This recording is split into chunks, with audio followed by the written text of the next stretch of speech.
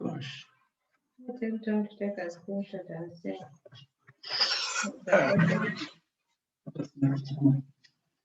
Wait, download that video. That thing is like the first thing people are going to see. Papa for the channel. Admit all.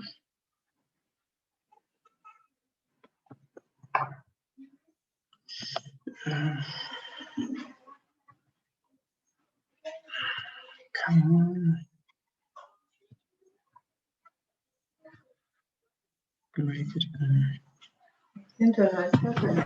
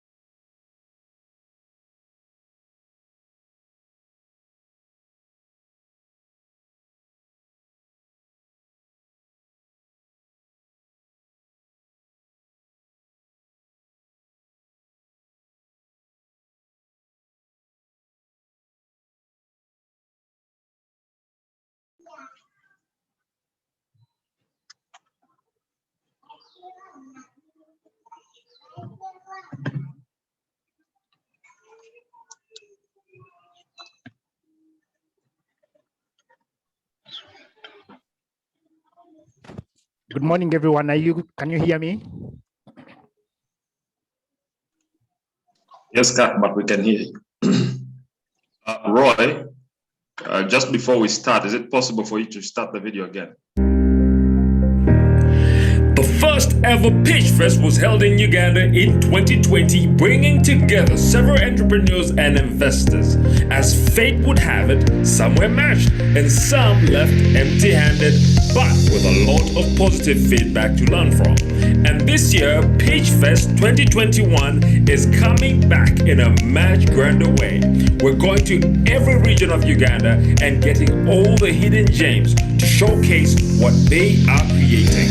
We kick off with Food Porter Tourism City this April, and soon we will be in a city near you. Get your ticket today.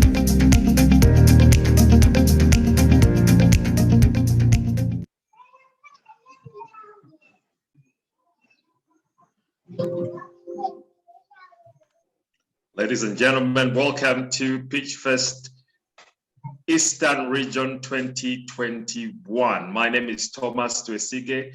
I am your moderator or program director, and it's exciting to be here today, seeing everybody that's coming on board. And just like you had in the video, we are coming to a city near you virtually.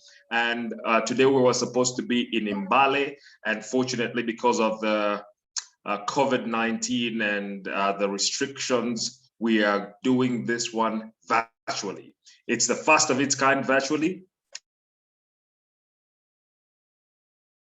and planned. We have 10 entrepreneurs ready to showcase their business to do and achieve over the past couple of months, and the help that they need from the investors that will be able to help them and propel them forward. Now, just to give you a brief update, in April, we were in Western region. We had 17 businesses pitching, and out of the 17, we managed to get 12 matched. Now, those are very, very good odds, and we hope that those odds are with our entrepreneurs from Eastern region as well, and that more than at least 90% of you will get matched in this event right here today. Now, to kickstart our program, I'm going to start off by, handing this event over to God, the creator, and making sure that everything runs smoothly, especially I know there can be internet challenges and all sorts of things. However, with God, all things are possible. So let us pray, and then we will get right into our program for the day. Father, in the name of Jesus Christ of Nazareth, we thank you for today. We thank you for this event. We thank you for all our participants. We thank you for all our entrepreneurs. We thank you for all our funding partners. We thank you for all our partners that have made this a possibility. And Father, we pray that you will bless this event, that you will be in our midst, that you will give us eloquence, that you will give us speed, that you'll give us understanding, and that you'll give us favor. We thank you that the networks will work the way they should, all for the glory of your name. We thank you in Jesus's mighty name. If you want to say amen, you can just wave. You can use the link below and just say, yes, I had that. Okay, so once again, welcome. Welcome to this event, and without further ado, let me just share with you what our program looks like today. Our program is, we've done the welcoming. Well, I've welcomed you already as the program director. My name is Thomas Twesige. Most people call me Tom Twesige, and I can work with both. And we have welcoming remarks from Imuka Access Lead, and that's Mr. Roy Gakor. Then we'll also have some opening remarks from Eria Kawereku from Uganda Investment Authority, who are our partners. And then we will break out or have a breakout session where investors will go into a breakout room and will be met with Mr. Roy Gakor and Robin, who is also our partner in terms of helping us with this program. And then the entrepreneurs will also be in another breakout room with myself, Julia, and Diana as we prepare them to start pitching. By 10:30, we will have the pitching session begin. The way it's going to be done this time around is we're going to show you some videos. In other words, the entrepreneur videos will come on, then they'll play for a little while, and then we will have the opportunity to ask questions or match them with a funding partner who has expressed interest. They'll have about 4 minutes to answer questions, key questions, and then we will be able to revolve like that. And hopefully by midday, we will be in a good place to be able to have matched all our entrepreneurs and also close this virtual event. Then we'll have a thank you note from the Pitchfest lead, and that's Margaret, and closing remarks from UIRI, that's Uganda Industrial Research Institute, who are also our partners, and AAIN. So ladies and gentlemen, that's what our program looks like today. And I'm going to invite Mr. Roy Gakur to come on and give some opening remarks. Roy, over to you.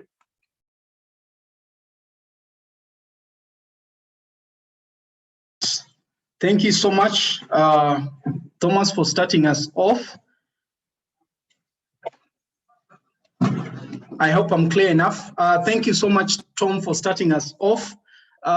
First of all, I'd like to thank everybody for making it today. We are in such times where it is very gratifying to see friends and colleagues joining you for an activity. I also want to thank the Almighty God for keeping us alive in good health and in good condition.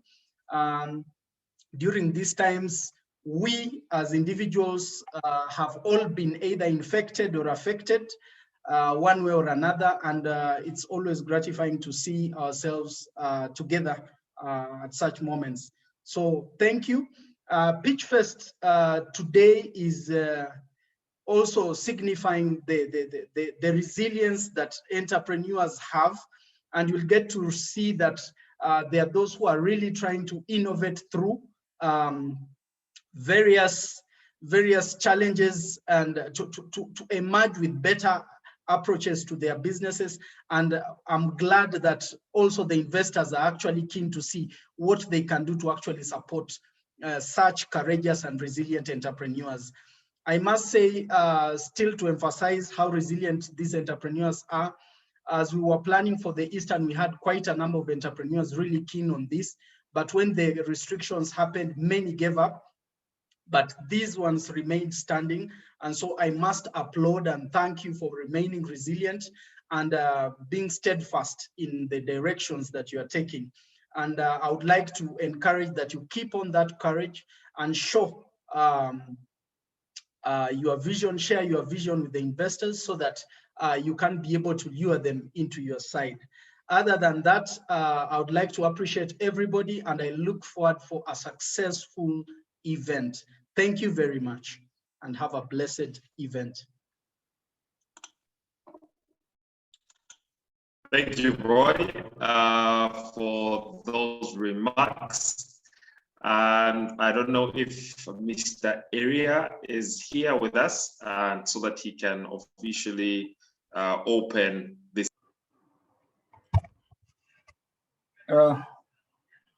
Thank you, Thomas. Good morning, everyone. Thanks to Imuka Events, we are glad you again organized the Eastern edition despite the lockdown and the restrictions of movements. We've been with you for some time and we've benefited so much from this engagement. I would like to ask the participants this time to bear with the situation we are in, but all the same, we are behind you and we shall, as usual, support you. At Uganda Investment Authority, we do encourage innovators and we do support them. As you are aware, we have a few packages we are giving out to innovators, and the support we are extending to them is to encourage them to become part of the investment cycle. This edition, the Eastern edition, is going to be quite interesting because this is going to show that you are not only an innovator in the enterprise you're involved in, but also how innovative are you? How can you survive given turbulent times? So we shall be here, and we are glad to be part of this team. With all those few remarks, I declare the Eastern edition open. Thank you.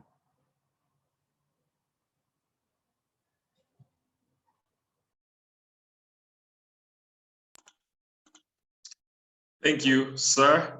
Welcome very much. We are excited to have you as our partners, and it's always a pleasure hosting you and working with you. Now we are going into our breakout rooms where we will spend not more than 15 minutes.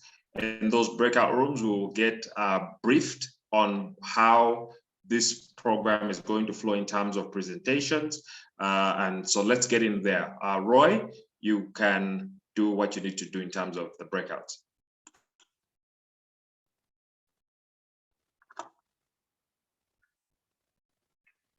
Yeah. So we are going to have the breakout rooms now, and they are going to take just less than 10 to 15 minutes, and then we shall be back to kickstart the activity. Thank you very much. Thank you.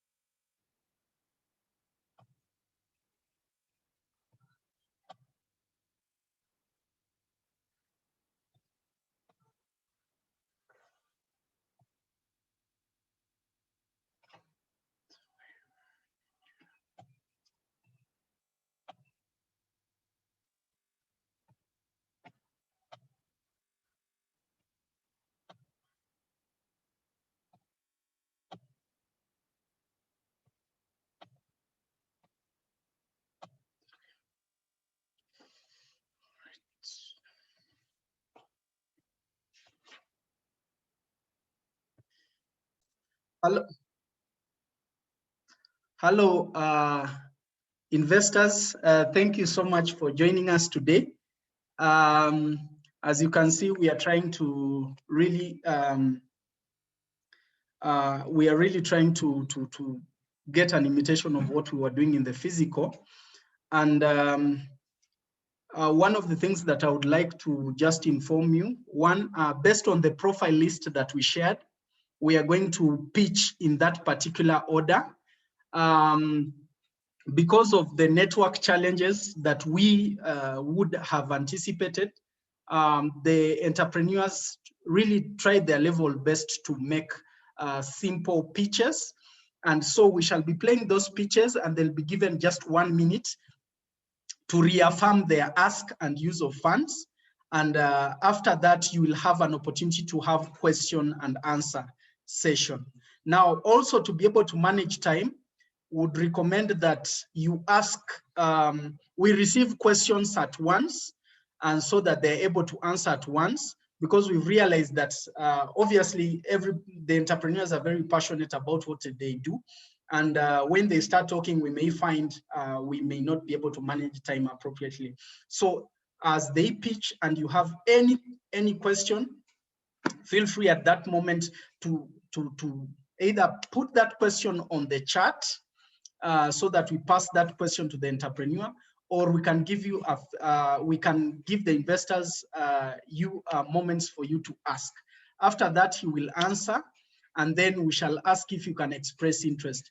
Now, physically, usually the investors have either expressed by communicating or expressing, but because this is a virtual event, would highly recommend that you can just put either your name or and the organization, or the name of the organization, and the entrepreneur who has pitched, if you are interested in extending a conversation. This does not necessarily guarantee that you'll invest, but as long as he falls in line with your scope and he's closer to what your expectations are, then you can express your interest, and we shall support that connection and engagement to ensure that either they fulfill, if they actually meet your requirements. So beyond that, it's just an opportunity for us to appreciate you as financiers or investors, what you are doing in the industry,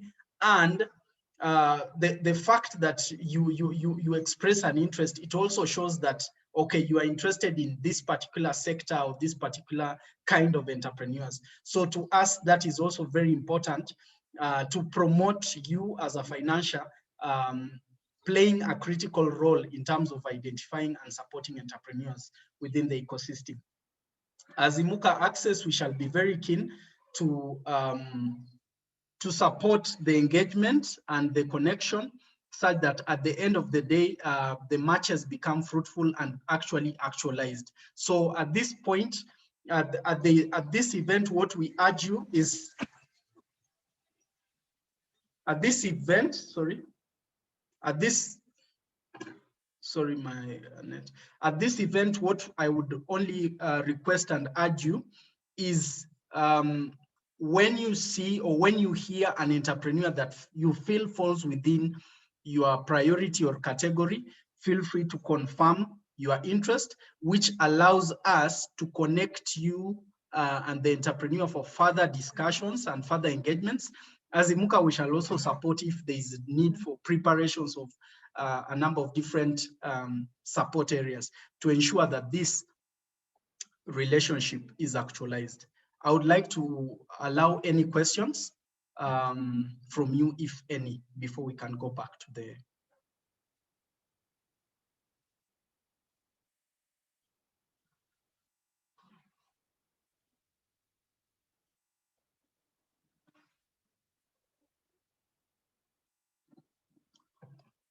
All right, so just to emphasize the 3 critical points, the entrepreneurs have pre-recorded pitches. They may not be the very best, but they really tried their level best despite network and a number of challenges.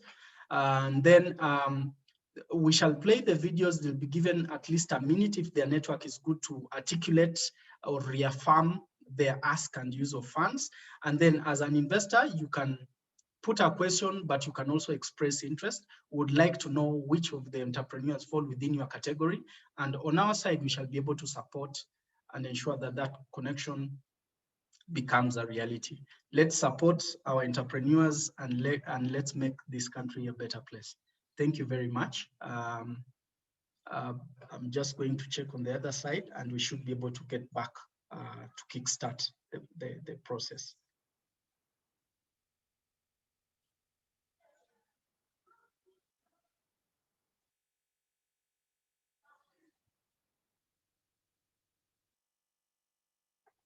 Limited. Guys, we are done with the informing investors, so we are good to go. Boss, let me know if we are ready.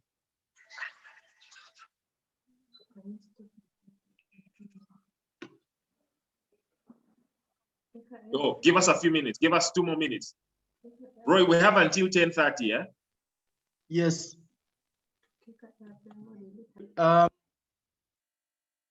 I'm told Viola had a question. Is Viola amongst us? Viola? Yes, hello. How are you, Roy? I'm good. I am Viola from AIM. We needed assistance assistance with the link you sent us. Professor Alex is trying to log in, but he's failing. So I needed help for him All right. to log in. Okay, so the challenge, because I'm participating in the breakout rooms, until we break out, so he can be able to join. Let me just ask one of my co-hosts to allow him in. Thank you, Viola. Thank you. All right.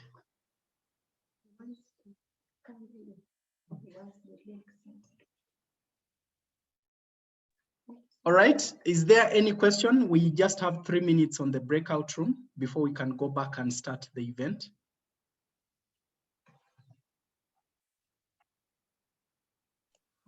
None from me.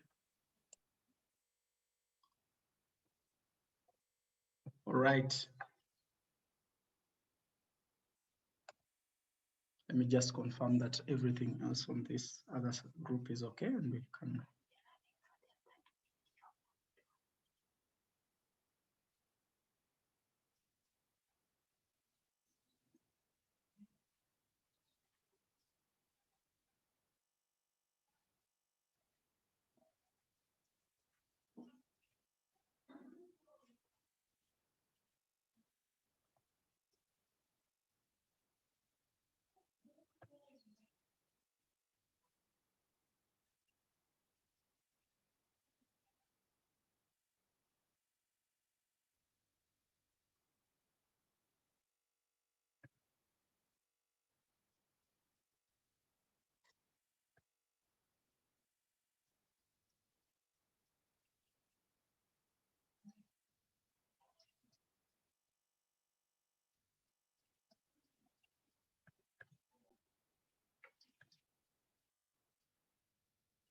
The first ever Pitchfest was held in Uganda in 2020, bringing together several entrepreneurs and investors.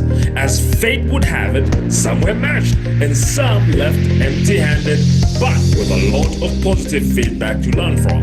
And this year, Pitchfest 2021 is coming back in a much grander way. We're going to every region of Uganda and getting all the hidden gems to showcase what they are creating. We kick off with Porto Tourism City this April, and soon we will be in a city near you. Get your ticket today.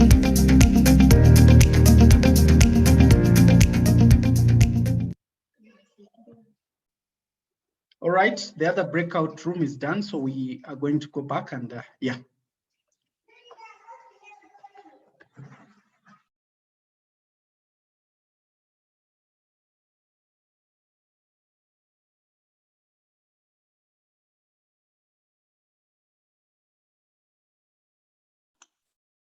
Roy, are you ready? Is everybody back?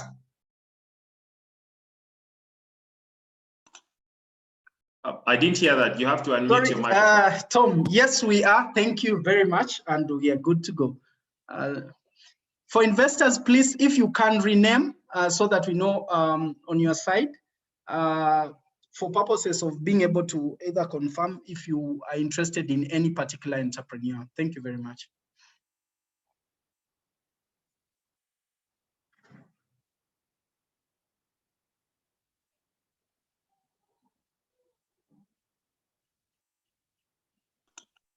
Okay, great. So our first investor is Otema Company. Sorry, entrepreneur. Oh, yes. Sorry. Sorry about that. Our first entrepreneur is Otema Company. They are an agro processing outfit. They started informally in August 2020 by producing just 50 kilograms of corn and soy porridge mix from their farm produce, and got legally registered in December 2020. I'd like to invite Miss Joy Otema Ochoa, to come on and shortly after the video. So Roy, you can run her video and then she can do her presentation.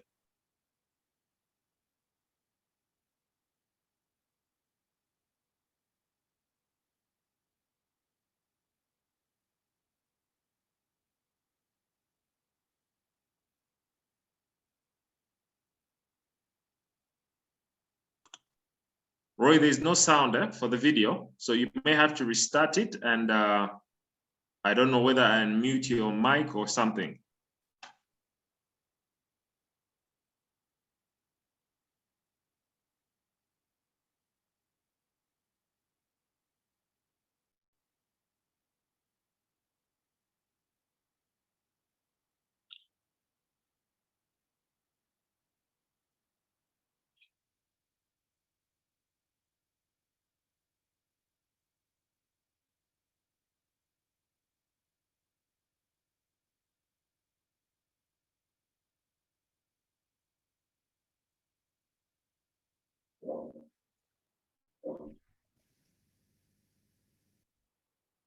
To listen to me.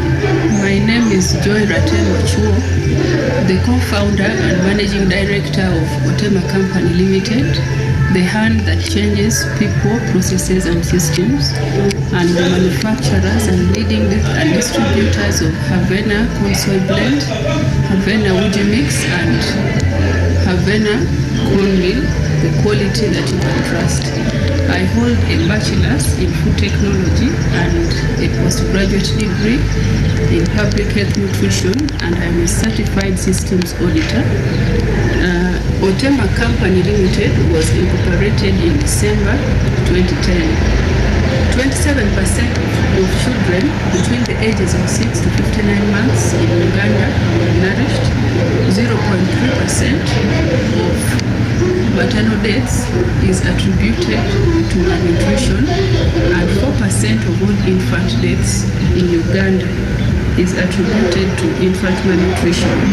With the economic effects of the COVID-19 pandemic, many households in Uganda are at risk of malnutrition.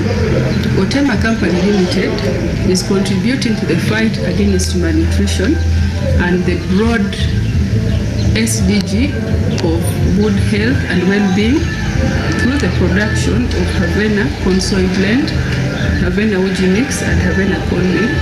Our products are nutritious, they are whole, they are protein, mineral and vitamin dense, and it has been a joy to see the lives of our customers, of our consumers, change for the better through the consumption of our products. We started with a monthly production of 50 kilograms, which we supply directly to households.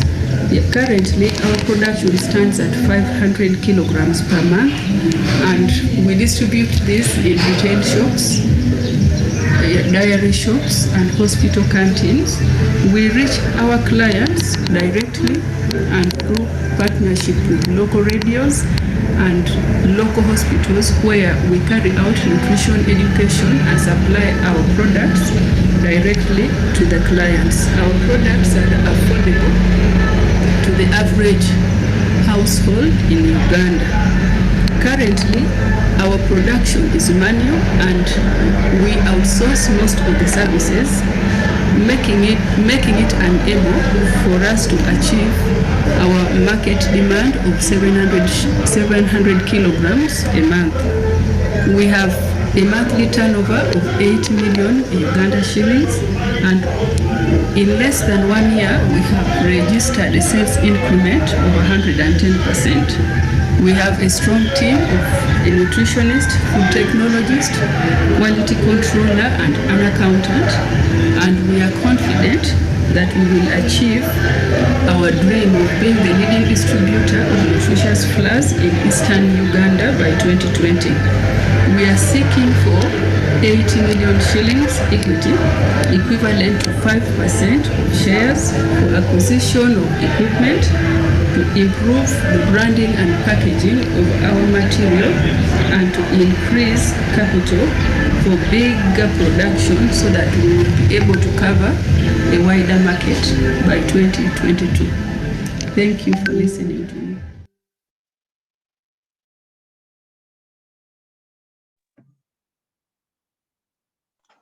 Okay, thank you, Roy, for running that video. Ladies and gentlemen, we have Joy Ochoa, who is available to answer any questions from the investors. Maybe Joy, you have 1 minute to reaffirm your ask and use, and then we can ask the investors to ask any questions or to clarify if they're interested in working with you. Thank you. Thank you, Roy. Thank you for the opportunity to be listened to a second time. I would love to clarify just a few things in a minute. On our market opportunity, we are targeting mothers, HIV patients, and households at risk of malnutrition, much as most of them don't have the information on malnutrition. So there is need to do intensive marketing. We have encountered mothers who tell us that their children bewitched, then they take the, when we tell them, they buy our, the lives of their children improve. So we want to clarify, on UNBS, we are not yet certified, but we have started up a conversation. We shall be certified. I want to make another clarification on the ask. We are seeking for 80 million shillings. We are open to a discussion of whether it would be equity or it could be a debt, and we will be able to start sharing the dividend at the end of 1.5 years. And in case it will be equity, the percentage is not as declared in the video. The 80 million shillings is for 38% of equity. Thank you so much.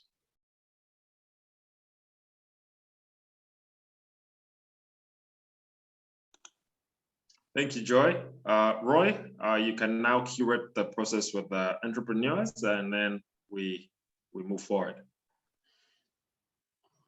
All right. Are there any questions for Joy as we prepare the next? And for investors, if Joy falls within your profile and interest, feel free to share on the chat and the organization so that we shall communicate this at the end.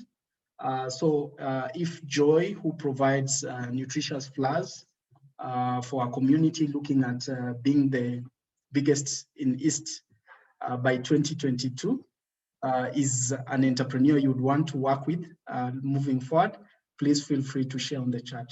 Thank you very much.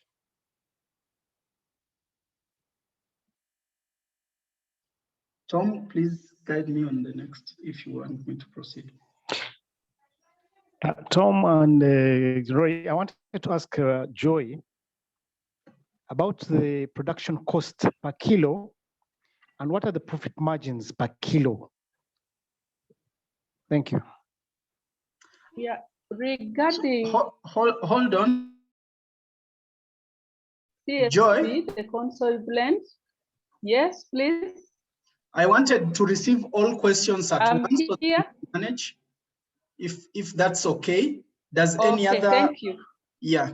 Does any other person have a question so that we can just take questions at once, just to be able to move smoothly? Thank you. Daniel here. Right? Yes, yeah, sir. so I want to find out from Joy. I know that there are other entrepreneurs having similar products in the market. So what sets you apart from the rest of the entrepreneurs? All right. Thank you. Thank you. Thank you, Daniel. Okay. Anybody else with a question? I see Caroline. Caroline? I see Caroline with her hand up, yeah. Yes, Caroline. Yes. Hello, how are you? What I want to know is what distribution and placement has she achieved in the market? Is she in supermarkets or is she still selling from her factory premises, or has she established her own outlets? If you could kindly draw a picture for us. Okay. Okay, that is clear. Thank you, Caroline. Anybody else with a question to Joy?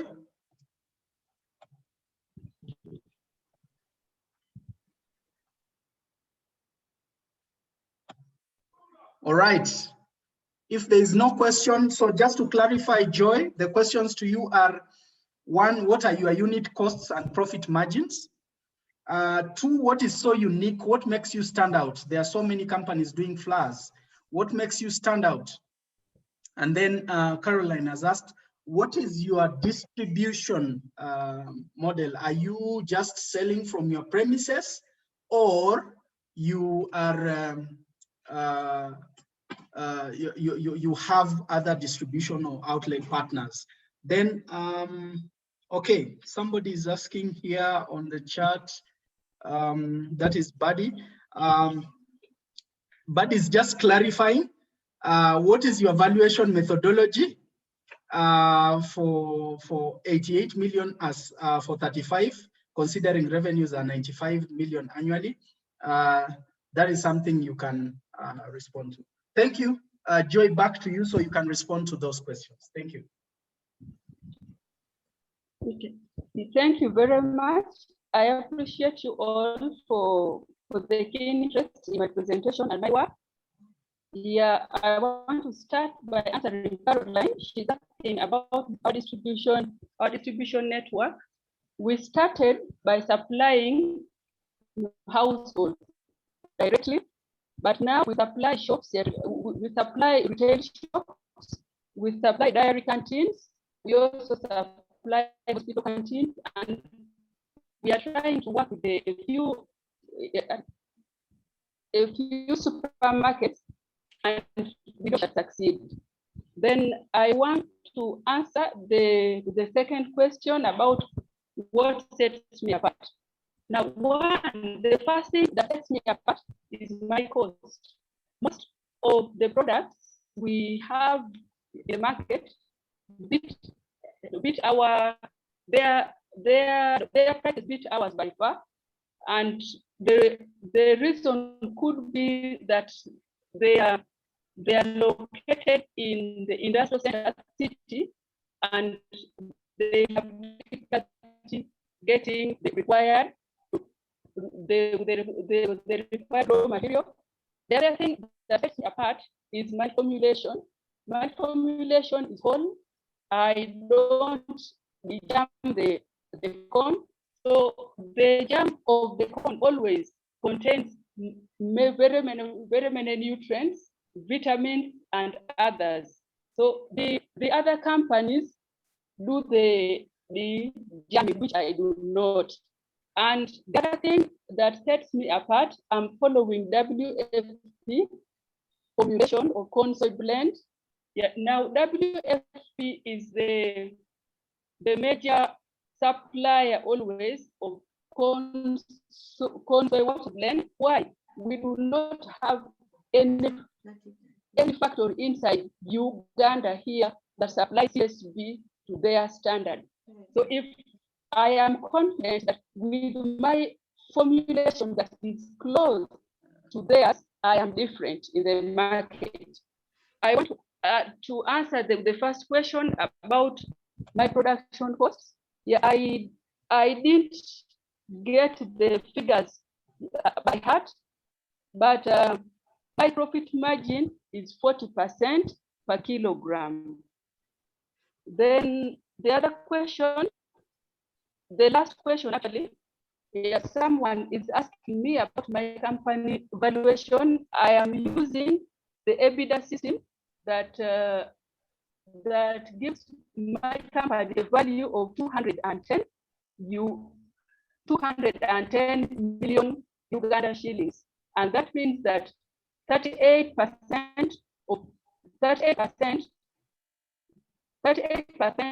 share is 80 million shillings. Thank you so much. All right, Tom.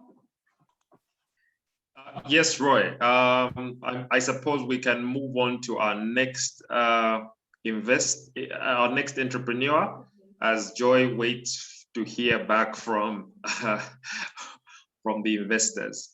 Our next entrepreneur is Capital Solutions, and that is Dr. Joyce N. Tamale.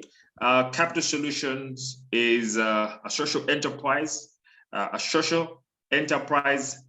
that was registered in 2008, but started operations in 2014 with a purpose to inspire, transform, and build capacity of social entrepreneurs working with low-income communities in Africa. Ladies and gentlemen, Capital Solutions is our next presenter.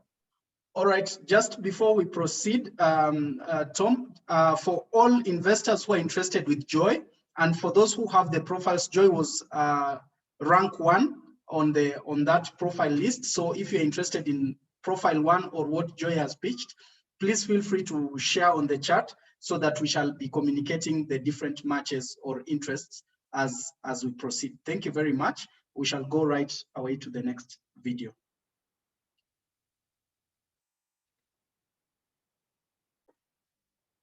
My name is Akelo Irene. I came to buy.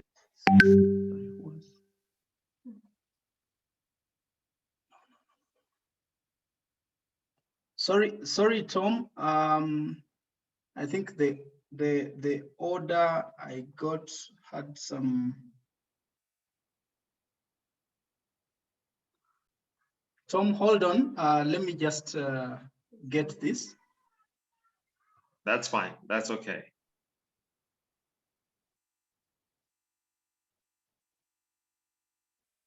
In the meantime, for those who are interested in Joy, please feel free to share on the chat as we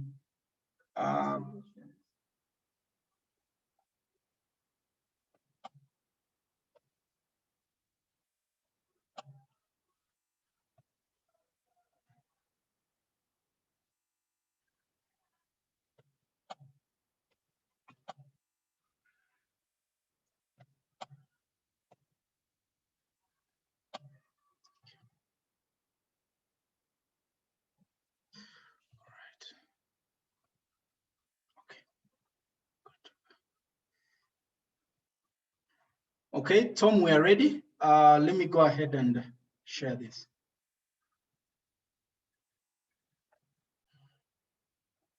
Founder and CEO of Capital Solutions Limited. My name is Joyce Tamale, the co-founder and CEO of Capital Solutions Limited, a social enterprise that was registered in Uganda in 2008, but we started our operations in 2014.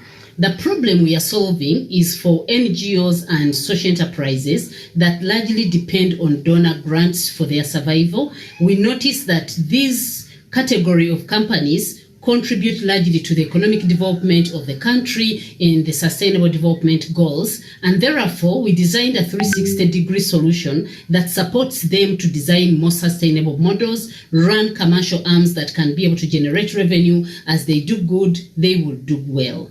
Capital Solutions Limited runs 5 different products. One of them is the Social Entrepreneurship Forum, where we have a network of 200 social enterprises that come together to learn, share, and do business referrals. This has been very exciting in the past couple of years, where we see social enterprises thinking business, thinking enterprising. They have very beautiful products, but they didn't know how to bring them out into the communities. The second is the Social Investment Fund. We thought of a way of accessing funding to these social enterprises that are 1 to 3 years with small amounts of money put in with capacity building that will be able to kick them off from the ground and scale them. And that is actually doing very well, especially during the COVID period. The research that we've also conducted with Makerere University and some other partners that we've worked with is supporting the social entrepreneurship agenda as a way of building a curriculum for students to understand and appreciate social entrepreneurship. We also run a 6-month social business accelerator program, which has been able to train over 60 social enterprises and NGOs by setting together a social enterprise arm that is able to generate revenue and scale the programs that these social enterprises are doing. We also run an advisory services which is a platform and a service that we give out to NGOs and social enterprises to support their business development, support everything around how they design the systems and be able to build and grow their businesses. The future of Capital Solutions is worthy, exciting for us because we see scaling the Social Entrepreneurship Forum to about 2,000 members, growing the Social Investment Fund, but also bring on board over 10,000 clients because we know Uganda has over 4,000 NGOs and social enterprises. So all those are clients that we are going to design products for and be able to scale their businesses. And thereafter, at the end of the day, Capital Solutions will scale and will be that brand that people run to design sustainable social enterprise models.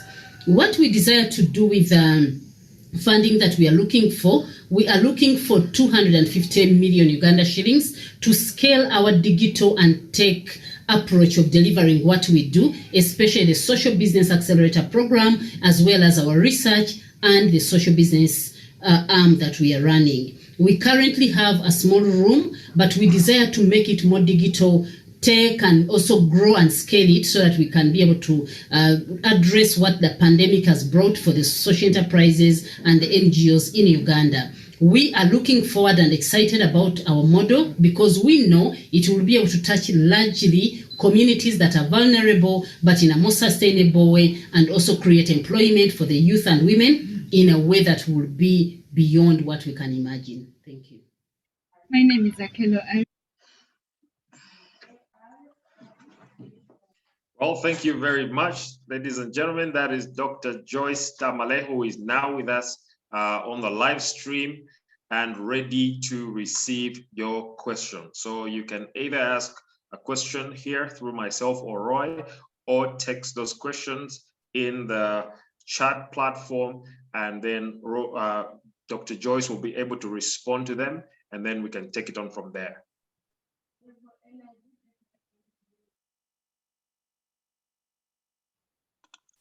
Do we have any questions for Dr. Joy?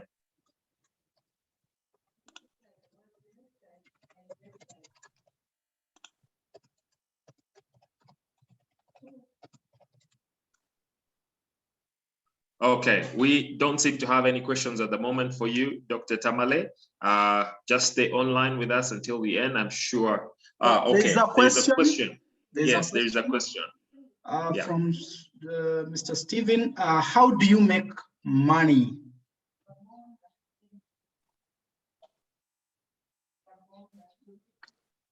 I think Dr. Tamale, you might as well go ahead and respond to this question as we wait for others, just in case they show up.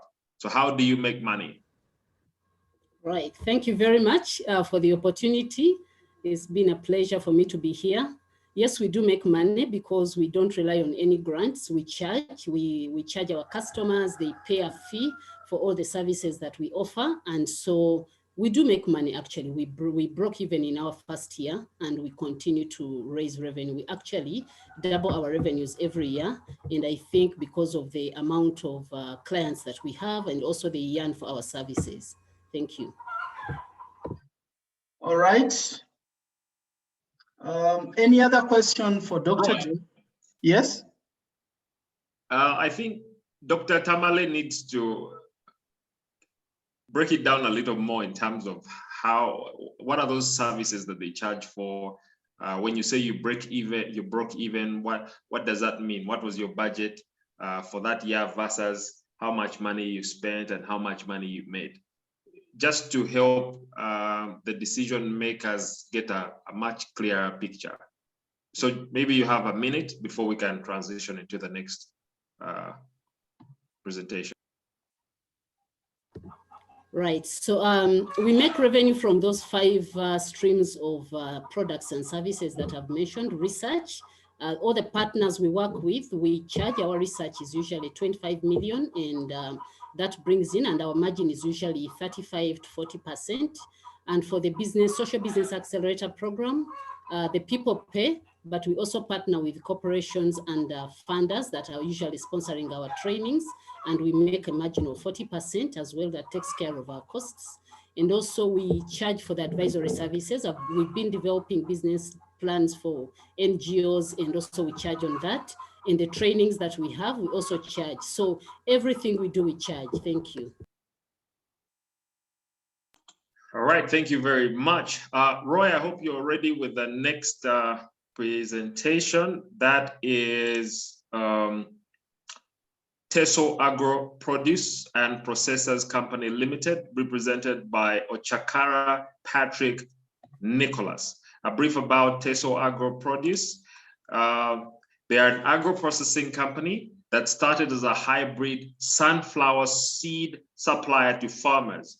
By the end of 2016, they had bulked and sold to AK Oils and Fats Lira, which is a subsidiary of Mukwano Group. Ladies and gentlemen, here is Teso Agro Produce and Processors Company Limited. Roy, over to you.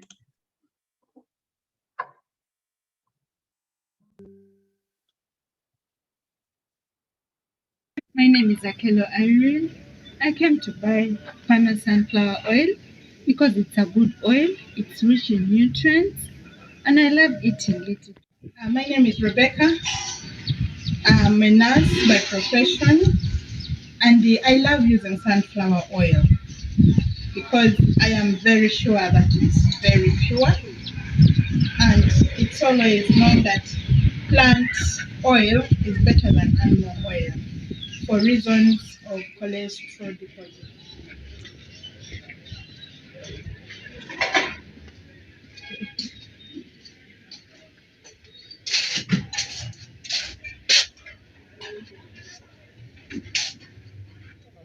Mix with the maize bran, like this 20 kilos of sunflower seed cake. I'm going to mix in 100 kilos of maize bran for feeding my pigs, and they are doing well. That's why I always come here to buy.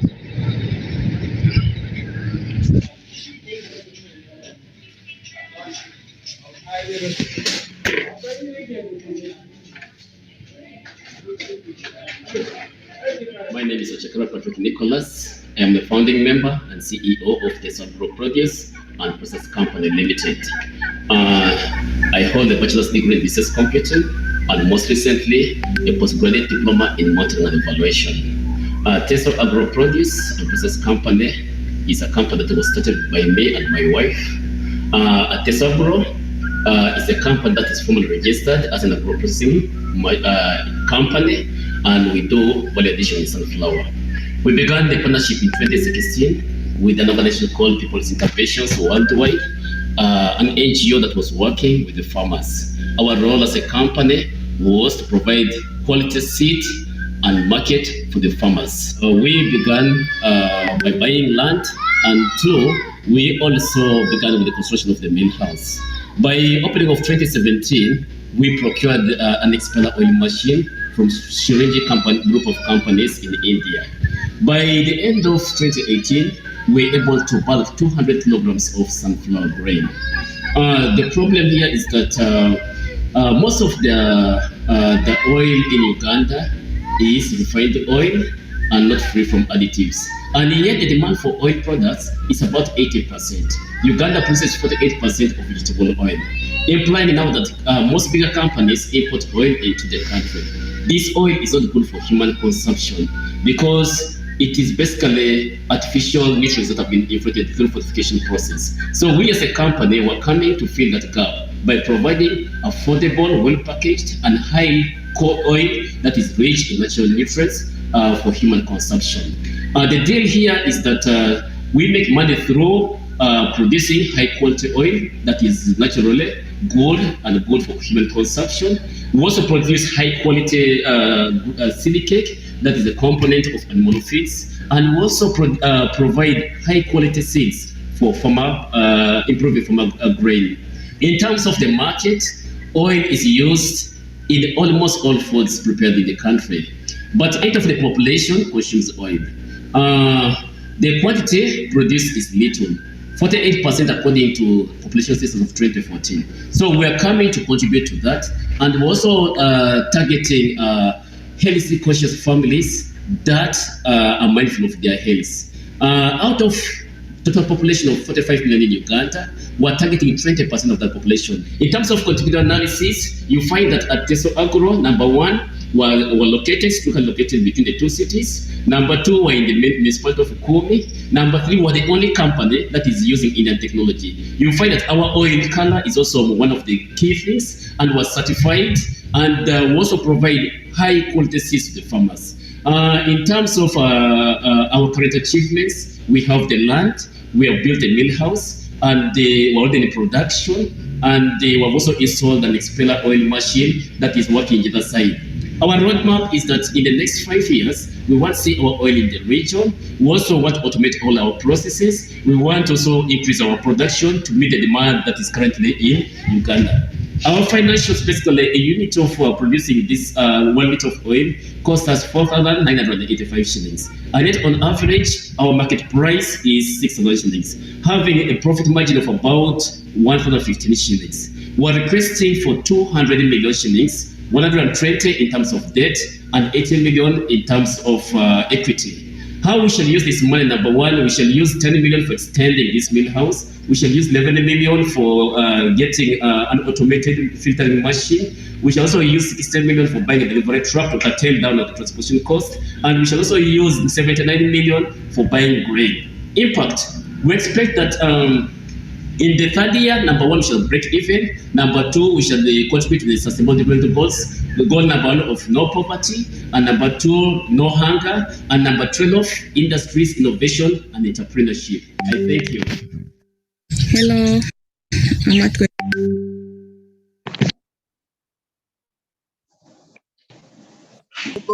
Okay, great. Thank you very much. Thank you very much, Chakara Patrick. I think we have an interesting one here.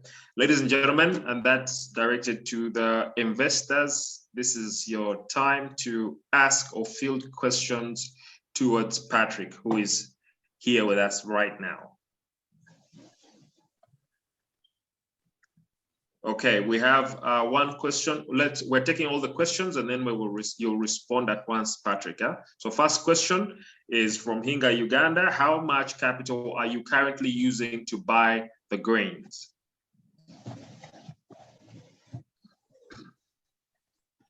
Do we have any other questions for Patrick?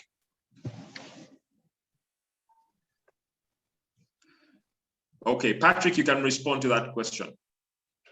Oh, much appreciated. Currently, right now, we're using 40 million to buy the grain. Okay, great. Do we have any other questions for Patrick? Yeah, I wanted to know. I wanted to know about. Yes, I wanted to know if you're taking equity.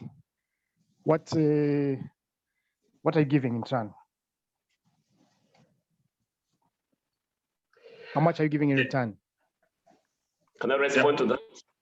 Wait, Patrick, there's another question. Write this one down as well. This is from Mango Fund, and the question is, what were your total revenues for the last year? What were your total revenues for the last year? Okay.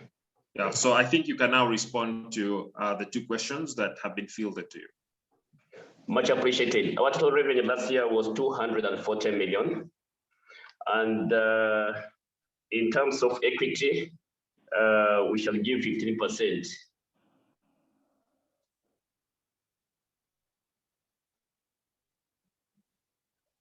All right. I think. Sorry, I don't know. I don't know if it came out clearly. On the equity, you are giving how much? We're giving 15% in return of 80 million shillings. 15%. I hope that is clear out there. Okay. I think we're good. Do we have any interest expressed for Teso? And then there's a question here. Sorry. Actually, a few more questions have come through, Tom. Maybe you can go through the question. Yeah. Okay. So the other question, Patrick, that you need to respond to is, what is your rationale for truck investment as opposed to production boost? Are you mainly retail? Patrick, did you hear that? Come again? They're asking, what is your rationale for truck investment as opposed to production boost? Are you mainly retail? Like, are you mainly into retail? Okay. So wait, just note that question. Yeah. So now the next question is, how do you deal with seasonality since sunflower has different seasons throughout Uganda? Okay. Next question. Are you ready for the next question, Patrick?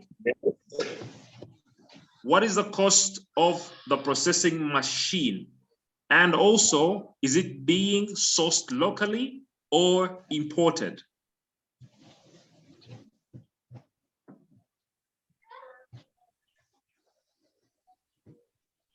And finally, how long did you say you need the equity for?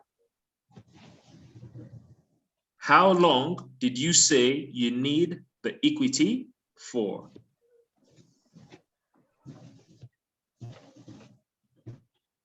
Okay, Patrick, over to you now. Thank you, much appreciated. The rationale for transport, number one, is that while we're asking for transport, we buy the raw materials from the farmers. That is the sunflower that we use for processing the oil. And these farmers are all over the Teso region. We spend a lot of money in transportation because of the raw materials. Amidst that, once, normally when we get the ready products in terms of oil, we distribute that oil to the different supermarkets, wholesalers, and market vendors. So you find we spend a lot of money on hiring these borders to take them to the vendors. We hire vehicles to take to Mbale, Soroti, Ngora, most of the towns in the east.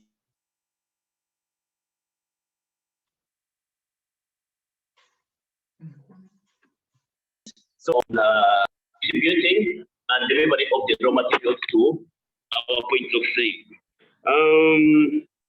How do we deal with the seasonalities? Number one, we anticipate that once we get enough money to buy grain, we can be able to stock more sunflower to cater for the season when there's no sunflower in production. So that is really how we deal with that. What is the cost of the processing machine?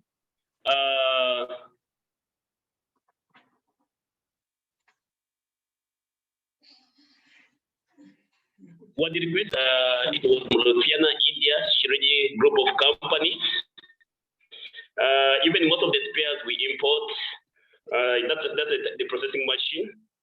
How long do you need equity? Yes, we will be able to pay back this money. We shall begin to pay dividends by the second year once we go through equity. Thank you.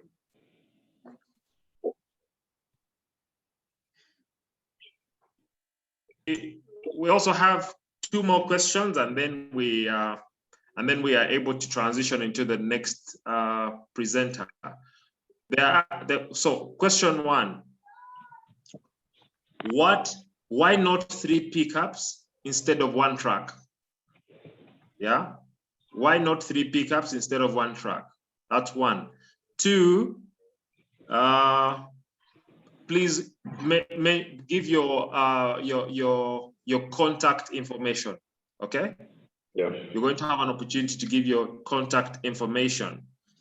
And then we have someone expressing interest in Patrick. That is Goretti. I think she's from, which company is this? Roy, help me. Goretti is expressing interest. That is Mango. That is Mango Fund. Mango, exactly. So Mango Fund has just expressed interest. And also, the other question. I think, Joel, you just need to specify if it is an organization or individual, so that at the end we shall communicate this at once, if that's okay. Yeah. For Joel. Okay.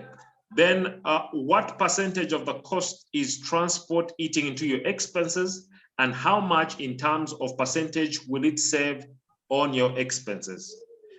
So those will be the final questions for you, and then we will transition to our next presenter. Thank you. As I said, we welcome discussions. Why not pick up three pickups instead of one truck?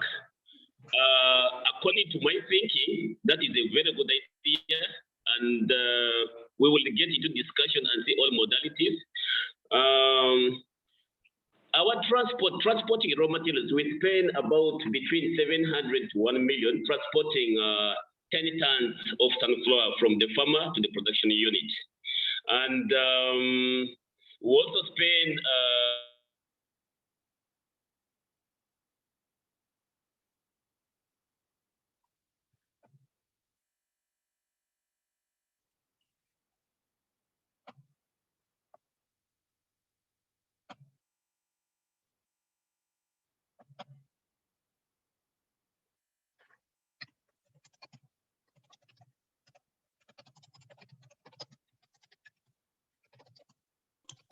Okay, I think Patrick has experienced some issues with his network. Roy, I think we should transition to the next one. Since we already have interest for Patrick as of now, and perhaps now he knows, and he can be contacted after the event. What do you propose, Roy? What do you think? Is that okay? I'm saying we are compiling, because also for Joy, we were receiving more. So I'm just saying, if you have interest on any of the entrepreneurs who have pitched, just share on the chat, because this will be part of the communication we shall share in the end, okay? If you are interested in also engaging further interactions, please feel free to share on the chat so that we can capture that for further engagements. Thank you very much. Okay, Roy, thank you. All right, our next presenter and entrepreneur is Ms. Atikoit Gertrude from Atikoit Agro Enterprises Limited. Atikoit Agro Processing Atikoit Agro Processing Limited is a company that was started in 2019 with just 1 million shillings. But went ahead to offer improved agricultural inputs to farmers and general merchandise, specifically cassava cuttings, tree seedlings, and demonstration nurseries. She has been able to grow her business from that 1 million shillings to a turnover of up to 13 million Uganda shillings. Ladies and gentlemen, I'd like to present to you Atikoit Agro Enterprises Limited. Roy, over to you. Hello, I'm Atikoit Gertrude, founder and CEO of Atikoit Agro Enterprise Limited, located at Plot 18, Zemro Cells Industrial Division, Mbale City. We also have another branch in Tororo, where cassava growing is taking place, and also the stash machine. Having grown in a country with a problem of unemployment, and also agriculture being the backbone of my country, Uganda, I decided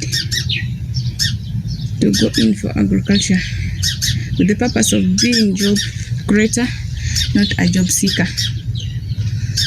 I started it in 2019 after my campus as a personal business, dealing in seedlings, cassava growing, and also supply of cassava cuttings to the local farmers within Tororo.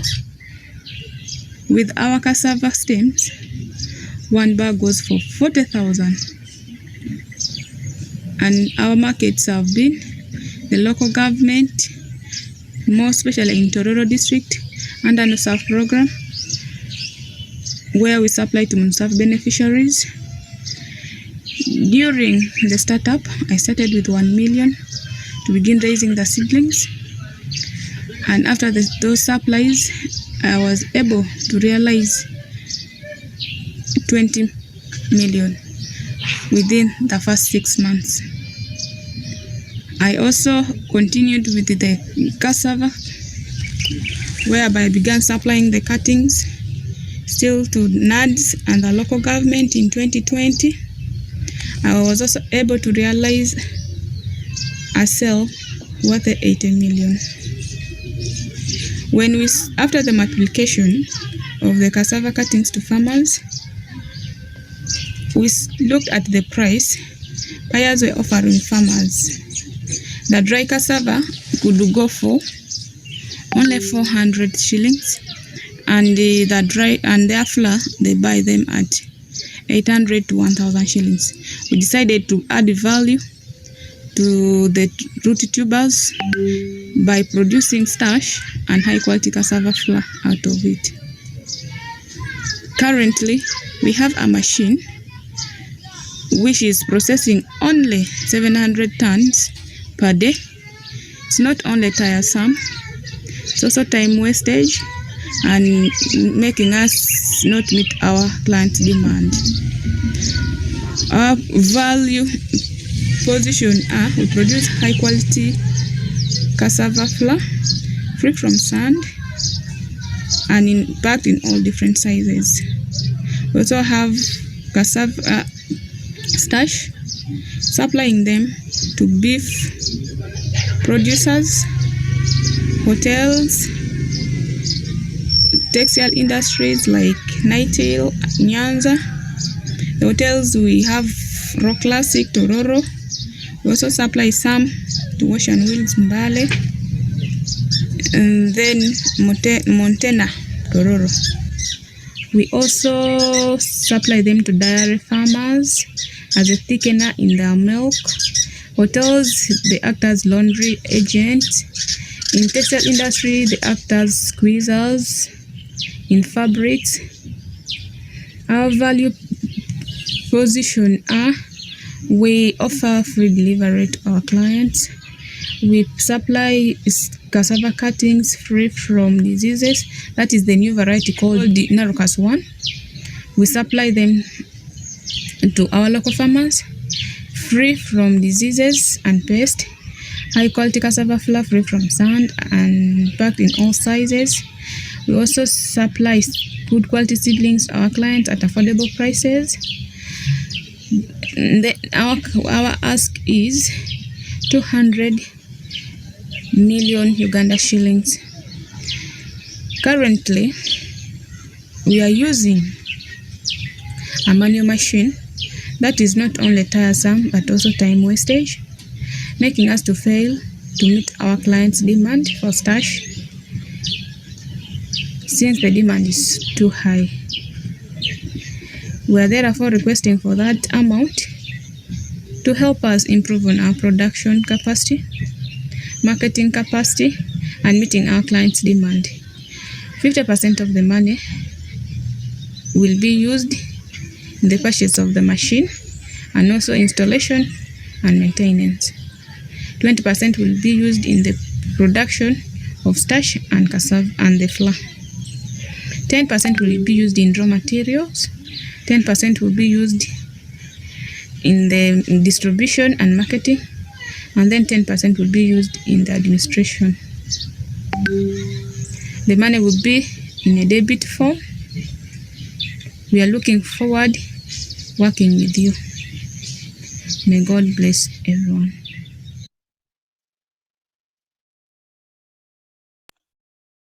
Okay, ladies and gentlemen, that is Atikoit for you. So do we have any questions for Miss Gertrude? As we wait for questions that are fielded towards Miss Gertrude, I'd like to appreciate our partners, Uganda Investment Authority, Africa Agribusiness Incubation Network, and Renewable Energy Business Incubation Center, and Bugisu Development Foundation. These are our partners in this Eastern edition of this event. Do we have any questions for Ms. Atikoit Gertrude?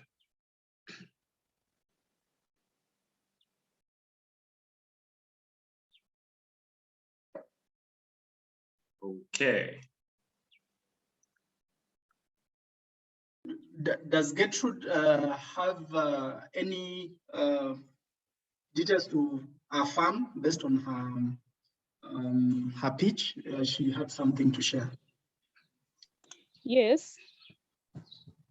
Please go ahead and share it. Yes, what I forgot to put in the video. Hello? Yes, we can hear you. Go ahead. Yes, like the market and the demand.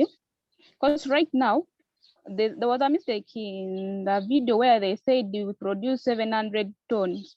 It's not 700, but it's 700 kilograms.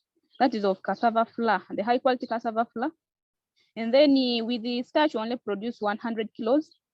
And yet the customers are demanding more especially where we went to textile industry. They told me if I can be able, or if the company is able to deliver 3 tons per week, and also in wash and wheels, they wanted like 300 kilos per week. So right now, I'm not able to deliver that because of the machine we are using. So it gives us less. And then also, I'm looking for investor from that, like with my seedlings and cassava cuttings. Since even during the lockdown, our sector, like agriculture, has not been shuttered down. I have a contract with the NADS for 3 years. I've only done one supply for this season. That was during the first season to supply cassava cuttings worth 6,000 bags. Then the Hass avocado, and this Hass avocado is the improved one. Its purpose is mainly to be export, like for export. So the government is trying to supply to different farmers for multiplication. And right now, want to raise more seedlings so that we meet the demand as per the contract. And that is the reason why I'm asking for that amount of money, plus also the stash.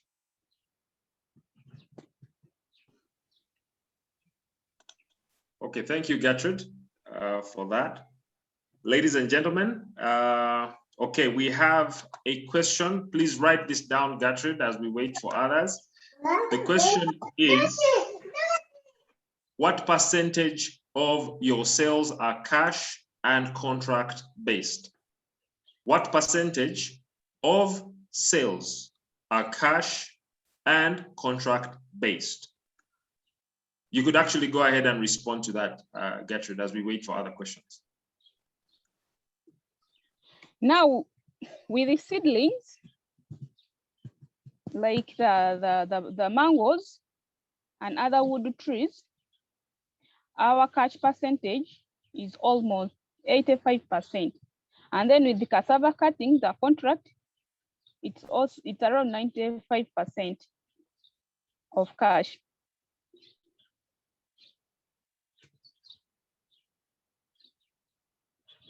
Okay, I hope Sorry, all your question has been answered.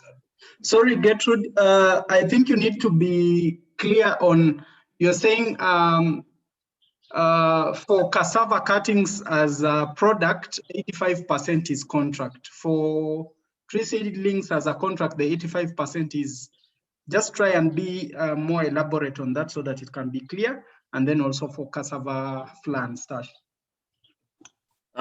Gertrude, also prepare these responses to these questions. One is, you mentioned a problem of unemployment, but did not follow through on how your business solves that unemployment issue. That's one. Then Daniel from Shona also asked, what is your main business? Like, because you've shared too many things. You've talked about, cassava flour, you've talked about starch, you've talked about cassava cuttings, you've talked about tree seedlings, fruit tree seedlings, all of that. So they would like to understand, what is your main business?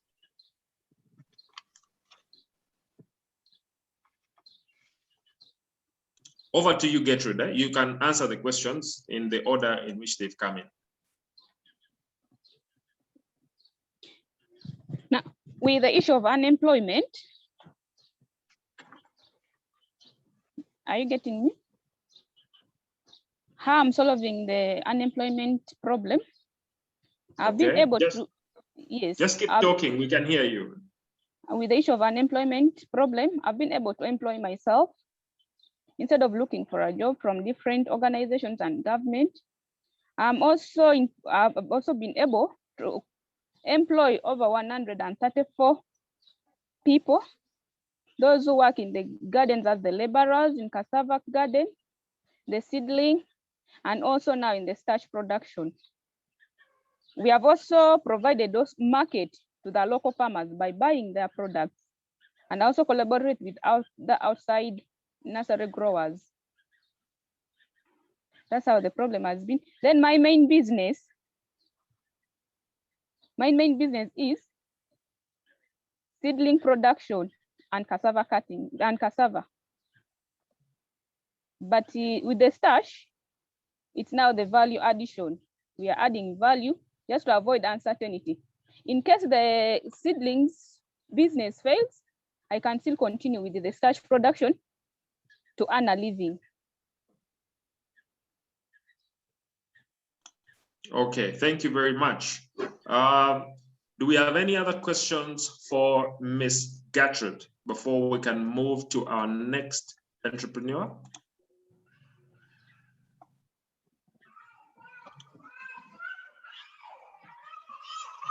Okay, there's another question here for you, Gertrude, and I think this will be the final one before we will communicate. The question is, how do you distribute the money you are looking for in terms of use? How do you distribute the money you are looking for in terms of use? Gertrude, over to you. Yes, as I said, I need 200 million shillings in debit form. And I stated clearly that 50% of that money will be used to acquire the automated machine. Since I'm now using the manual one that uses fuel, it will be used also in installation and the maintenance of the machine. And then the raw materials, like for raw materials for production, like the starch and buying cassava. And then the 10% where I said to use in buying the what? That one in production, the 20%, then 10% will be used in the purchase of the raw materials. Like right now with the starch, we need to buy more things from the farmers, like the tubers, and then the has avocado. I need the scions because I have the rootstocks. I need to buy the scions in order to graft them to meet my supply demand for this coming season. 10% will be in marketing and distribution to reach my clients, like the different districts that they will allocate me to take the seedlings or the cassava cuttings, and then the administration. Also like buying other equipment to be used. Okay, thank you very much, Gertrude. Thank you for that submission. Roy, I think we will roll over into our next presenter as you receive other back-end information towards Gertrude's presentation. Is that okay, Roy? Sure, sure. Okay, great. Our next presenter is from Farmright Grain Millers East Africa Limited. That is Mr. Tadeo Lugunga. Farmright Grain Millers East Africa Limited is an agro-processing company that actually started its operations in October of 2020 with a hatchery, the capacity of 80,000 chicks per month in Kampala. However, they have also been in the bulking business of grain for various companies, including Unga and Pembe milling companies in Kenya. Ladies and gentlemen, I would like now to invite Mr. Tadeo Lugunga to share his business idea. And that's Roy, you're going to play his video and then he can come on.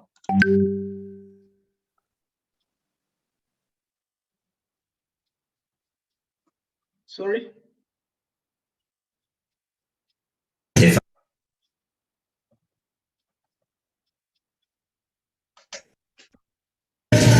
Good morning all. My name is Ubunga Tadeo, the founder and managing director of Farmland Going Millers East Africa Limited that was incorporated and started its operations on 1st October 2020. This company is currently running a hatchery of 80,000 eggs capacity per month, and it is based in Kampala.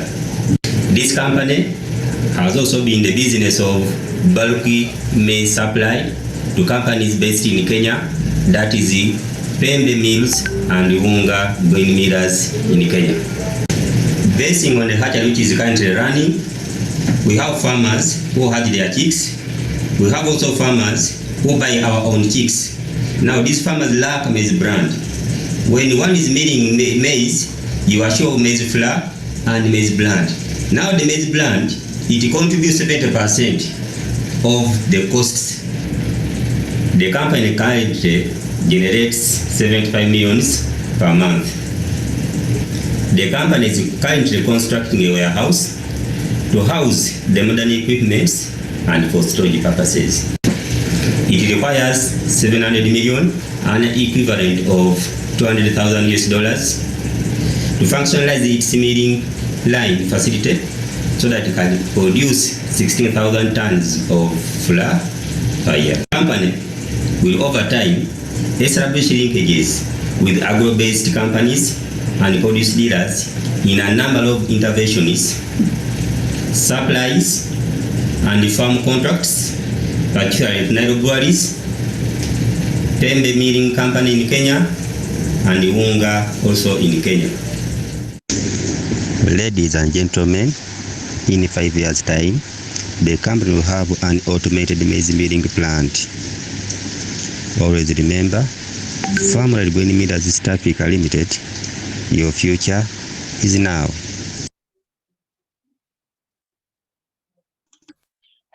Okay, that's Mr. Lubanga. Like he says, your future is now. I would like to invite any questions for Mr. Tadeo Lugunga at this moment.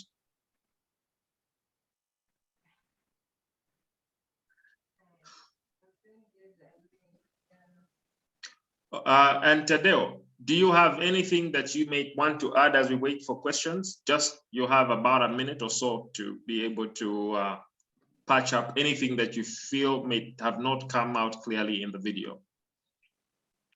Yes, I just needed to clarify a few things, and that is on when the company started. In 2016, I started with a small store while buying maize on behalf of some agents. And also in 2015, I acquired the hatchery, which hatchery started operating, but informally. Now the formalization was done just last year, around October. That's when I formalized by registration of the company. But previously, I've been in the hatching of the old chicks since 2015. Also, I've been involved in buying maize since July 2016. That's what I wanted to clarify. Also, I'm looking at 700 million. 700 million that I need in the form of a debt at 20% per annum, payable in 3 years, with a grace period of 6 months, paying only interest, or 700 million in exchange for 40% or more shares in the company, debating on negotiation is. But when it comes to sharing of shares at 40 or more, I need a person who has knowledge and expertise in what I'm doing currently. Also, someone who has a positive attitude towards growing the company. The 700 million is to be invested in machinery and equipment and the completion of the warehouse because it is incomplete. Then we need 420 for machinery and equipment and 280 million for working capital. Because maize is seasonal, we need to buy maize and put in the store. So if we don't stock, we shall run out of business in seasons that are not okay. I mean, are not in production. Majorly, that is what I can clarify. Maybe on the mode of disbursement, in the case of a loan, at inception, I prefer getting 420 million. Then in the 7th month, we get the 280. Because where you're going to put the maize, I've not put what? The warehouse not yet ready, and I haven't bought the machinery. So with the first 6 months, I can first of all work on the completion of the warehouse, put the machines, then the working capital comes at the 7th month. Thank you. Thank you, Mr. Tadeo. Okay, ladies and gentlemen, to our investors, do we have any questions for Mr. Tadeo?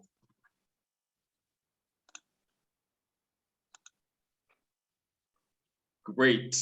So question number 1, please prepare. We're going to receive a couple of questions and you will answer at once. What is the share of your Kenyan clients on your,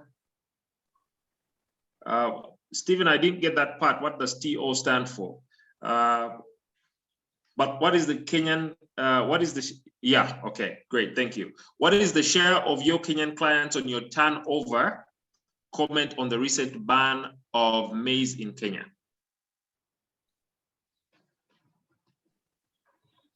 So you can answer that as we wait for other questions. Thank you for the opportunity. The market share before the ban, it was contributing 70% of the total revenue. Okay.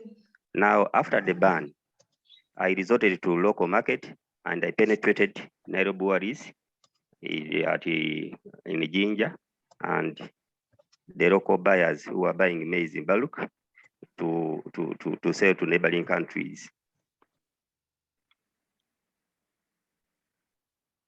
That's what I can have on that. Okay, okay, thank you. Stephen, I hope that was clear. Do we have any other questions for Mr. Lugunga? Okay, there's another question. What is the current valuation of your business? What is the current valuation of your business? Tadeo, you can respond to that now. Thank you. The current valuation of my business is at 480 million. And you are seeking funding of how much? Of 700 million. Okay. Do we have any other questions for Mr. Tadeo?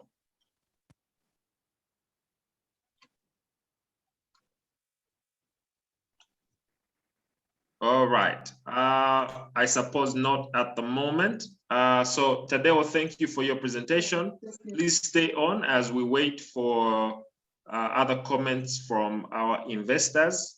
And we will give an overview and a complete response at the end of the event. Roy, we are ready for our next presenter, and that is Wanyira Dennis of Christ the King Agro Dealers. Christ the King Agro Dealers. So Christ the King Agro Dealers are based in Kaperibio district, and they started out as agro input dealers with capital of 700,000 as a result of identifying a need of inputs and production and geners. However, over the past couple of months, since July 2020, they have been able to turn that over into a working capital of 20 million shillings. Ladies and gentlemen, Christ the King Agro Dealers Limited, up next. Good morning to everyone. My name is Wanyira Dennis, the founder and director of Christ the King Agro Dealers.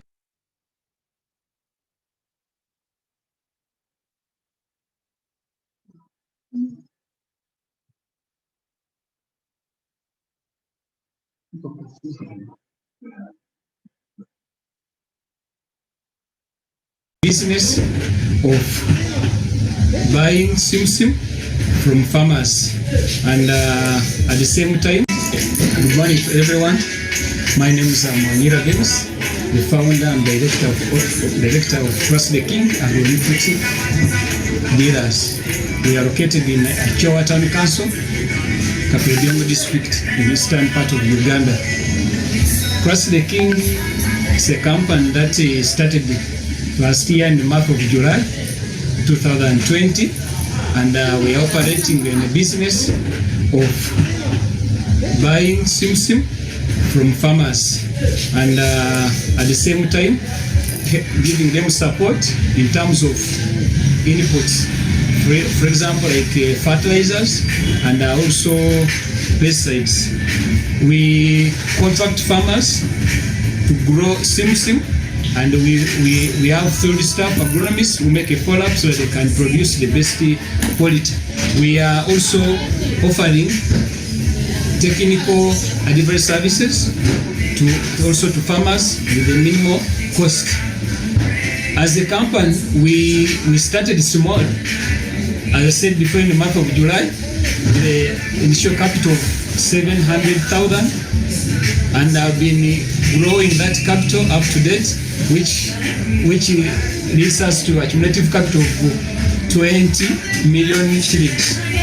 Therefore, as a company, we are looking at expanding our purchase power by increasing on the sales,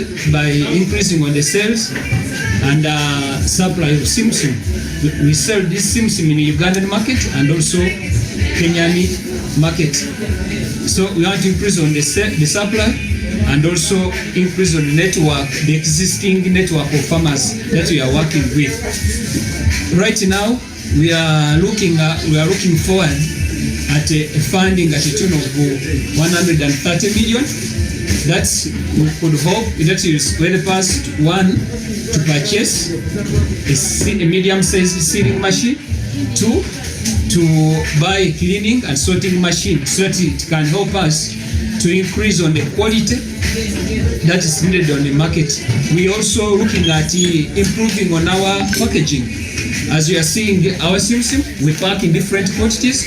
We pack in 5 kilos, in 1 kilo, and also in 10 kilos.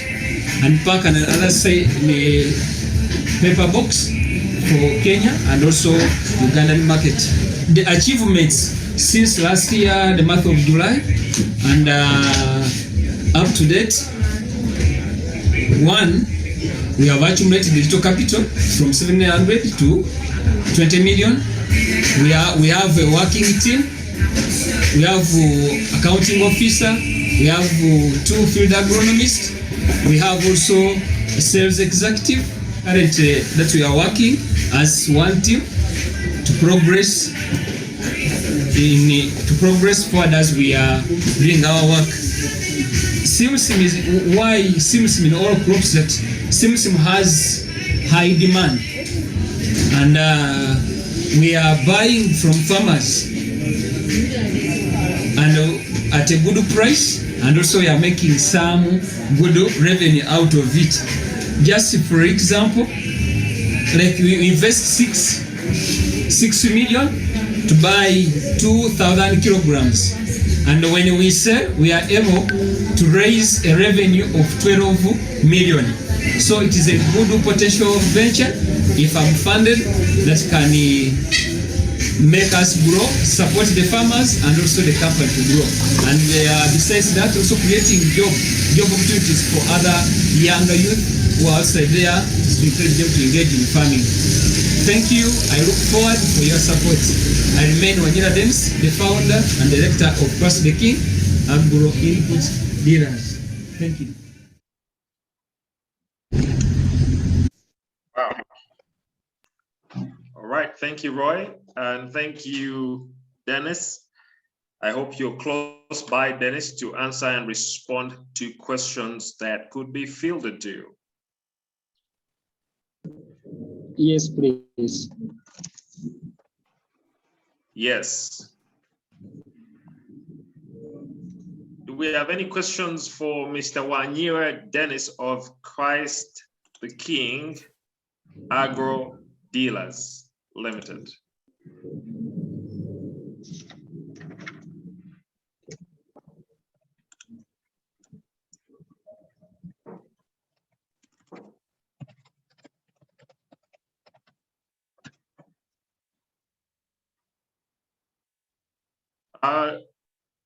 Dennis, is there anything you'd like to add to this presentation? You have just about a minute to be able to say something here.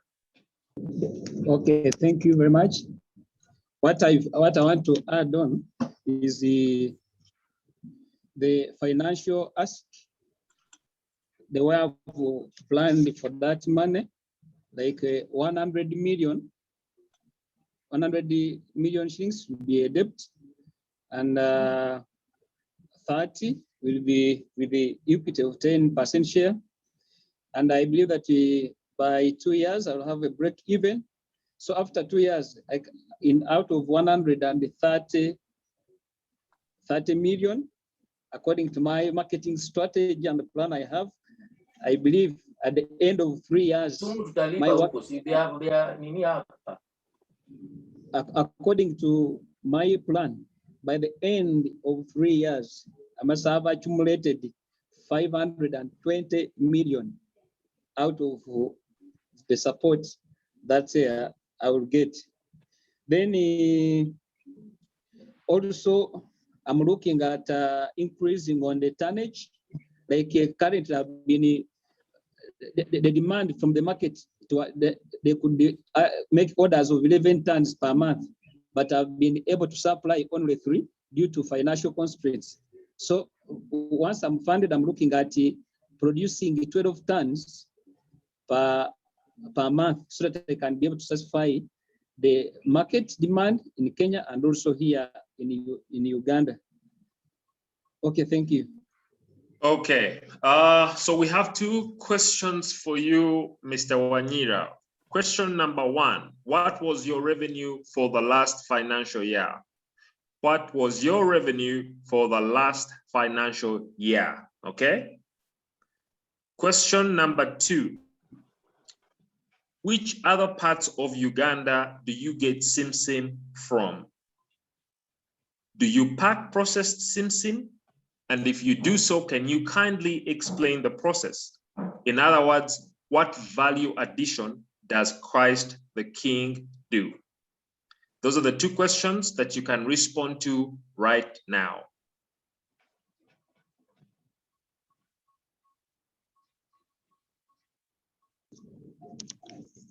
Okay, thank you very much. My revenue, briefly, revenue for the last year, like simple calculation which I have already here is like every month I could make a turnover of 12 million. Then if you multiply, in this July, that's when we are making a year. We have just completed the year. So just per month, we are able to make a revenue turnover of 12 million from the business of simsim. Then in the areas where I buy my simsim is from the district, let's say Teso region, and sometimes even I cross up to Lira, where we have also some farmers. Then in the side of Bulambuli, specifically that is the Bunambutie lower part of Kweni, where also we have some farmers that we have contracted to grow simsim. Then the question, do I add the value or what? It's very true. My simsim, what we are doing right now, like because we have we are concerned about the health of the consumers. The value number 1 we add is the chemicals we're using to control pests on our simsim. We are using chemicals that are biodegraded within 12 hours. For example, like deltamethrin, common trade name is you find on the common market, they call it atom, but actively it's deltamethrin. It is able to kill the pest, and that chemical is broken down within 12 hours, so that our simsim will not have any chemical residue, even if our clients export it outside. Then too, we also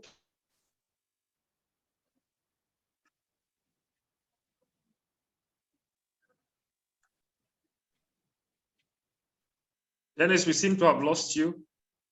cleaning, sorting out all the kits that we have, we clean, we sort, and we grade. Then thereafter, we pack, ready for sale. Thank you. Okay, great. One other question for you. What is the contribution of GNAT to your income? What is the contribution of GNAT to your income?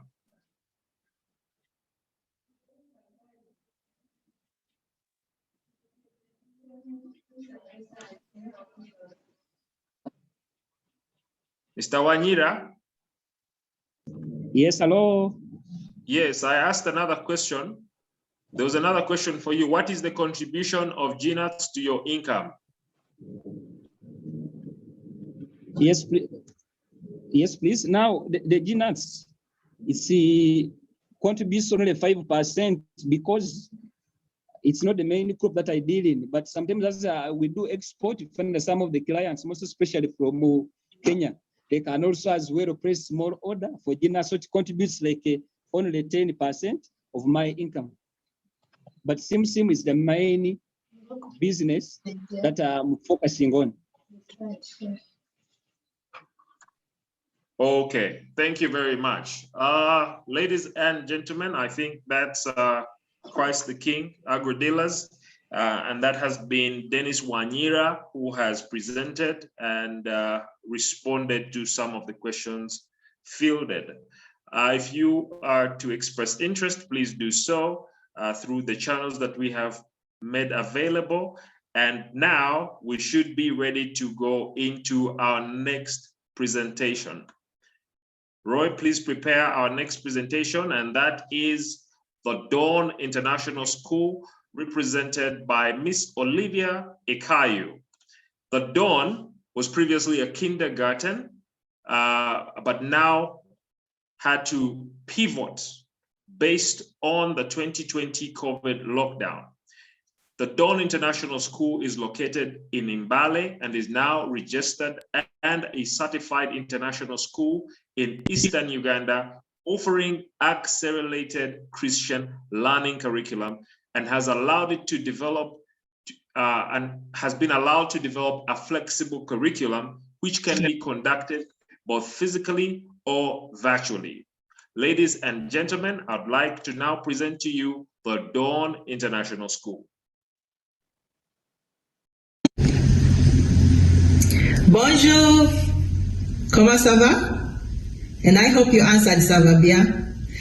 My name is Olivia Kayo, the founder of the Dawn International School in Mbale. We opened in 2019 as a preschool for 2 to 5-year-olds, and then during the lockdown we discovered that parents needed a more stable curriculum that could offer continuity for their learners. So we registered as an international school using the accredited Christian education curriculum from the USA, and we are also going to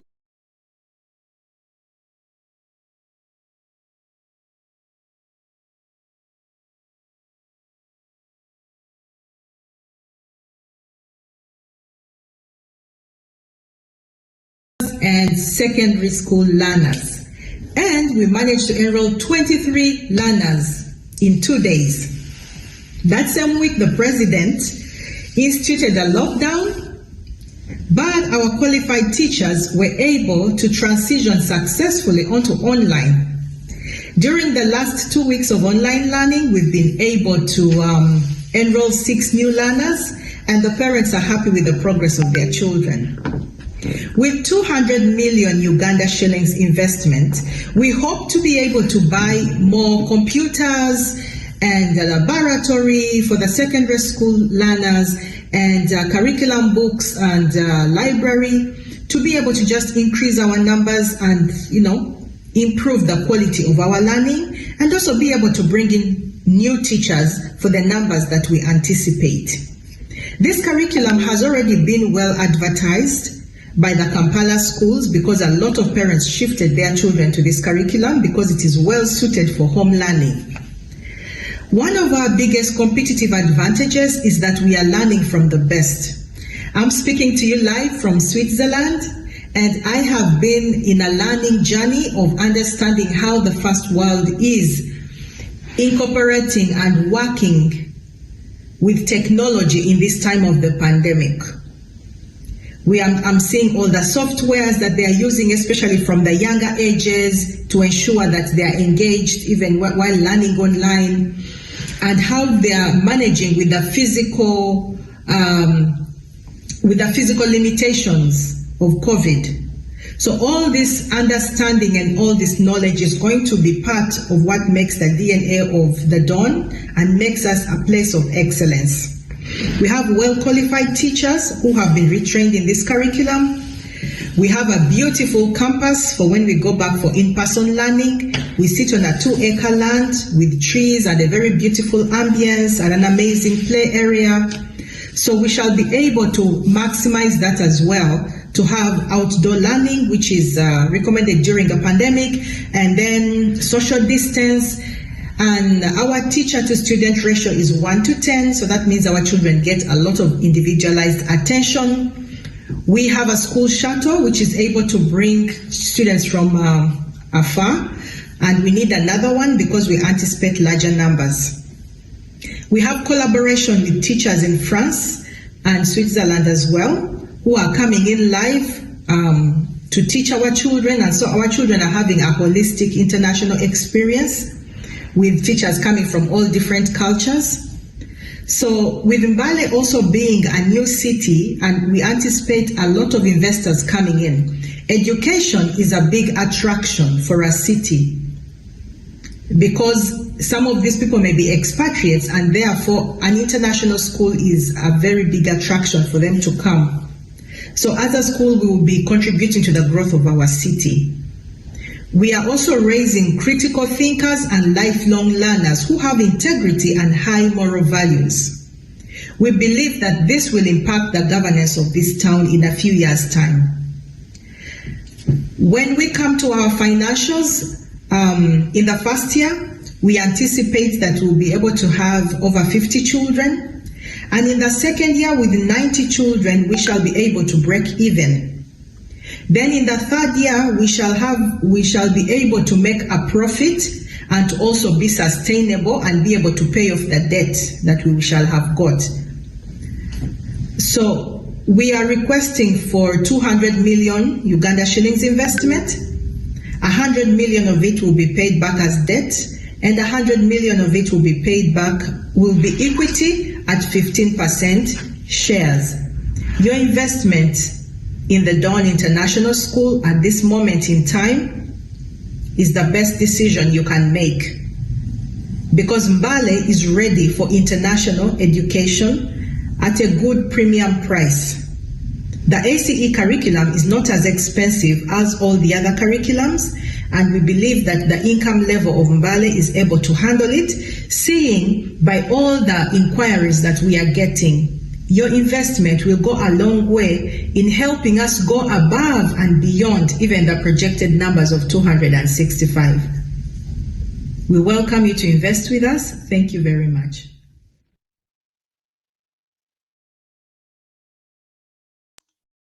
Okay, wonderful, wonderful, wonderful. Ladies and gentlemen, Miss Olivia is readily available to now hear your questions. Olivia, if you have anything to add, you have about a minute or so to, patch up whatever you felt that may have not been represented in the video. Thank you very much. The loan of 100 million, I'm requesting it to come at an interest of 15%, but we can still negotiate. And then the market opportunity, I think wasn't clear, but Mbale has about 40,000 learners within our age group. And we are for now, we are targeting about 0.66%, which is about 265 learners by the end of the 5th year. Although we shall be able to break even when we have 145 children in the 3rd year. Thank you very much. Okay, so we have a question for you. The first question for you is, do you have plans to expand to Kampala and other cities? Should I answer? Yes, please. You do ahead. Go ahead and answer, because that's the only question that's coming so far. Expansion to Kampala is a no, because we have a lot of schools that are already doing the SCE, and even the main campus that registers SCE schools, Vine International, is already in Kampala. So expansion will be considered for Eastern Region, Kapchorwa, Soroti, Malaba, Tororo. Great. You have two other questions here. Question one, do you have any ideas on competitors within Mbale? That's one. Two, how many students and teachers do you currently have? Three, how much do you charge for school fees?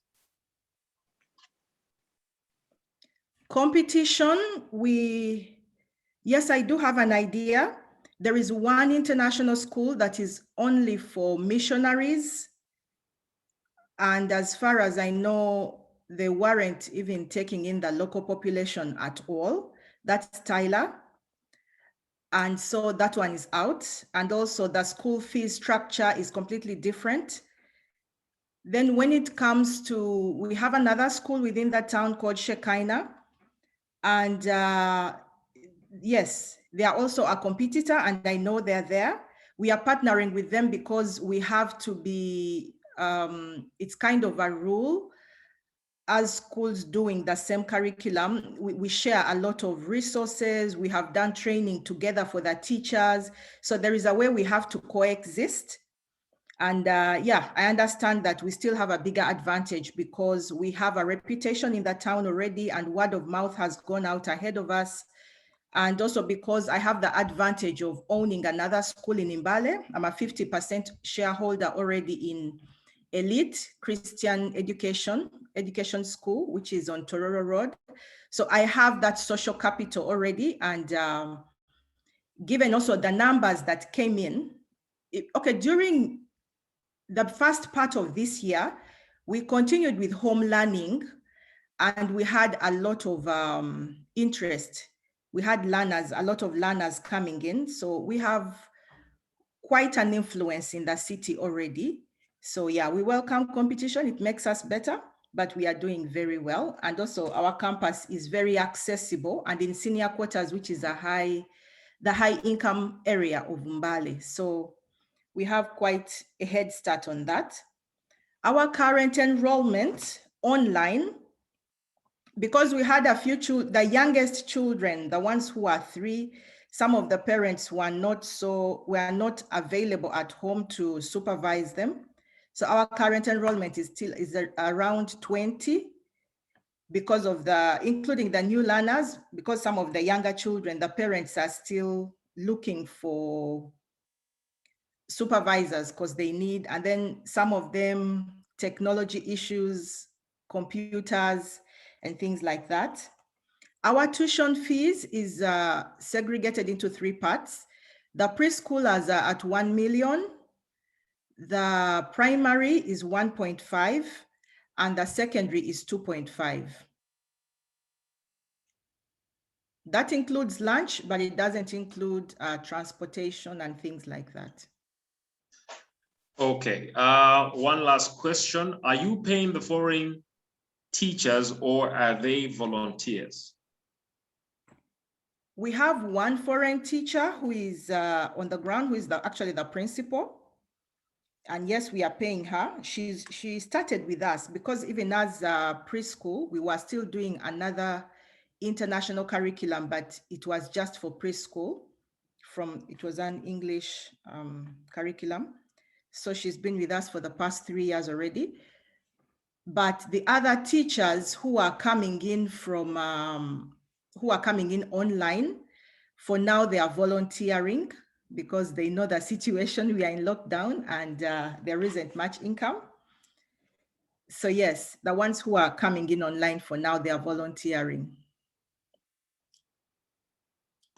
Okay, great. Thank you very much, Olivia. Do we have any other questions? Okay. Did I hear someone? Yes, thank you for the opportunity and for the presentation. I was just wondering, how many teachers do you currently have? Currently, because of the numbers, I have 2 full-time teachers who are running the online. And then our administrator is also a fully trained SCE teacher.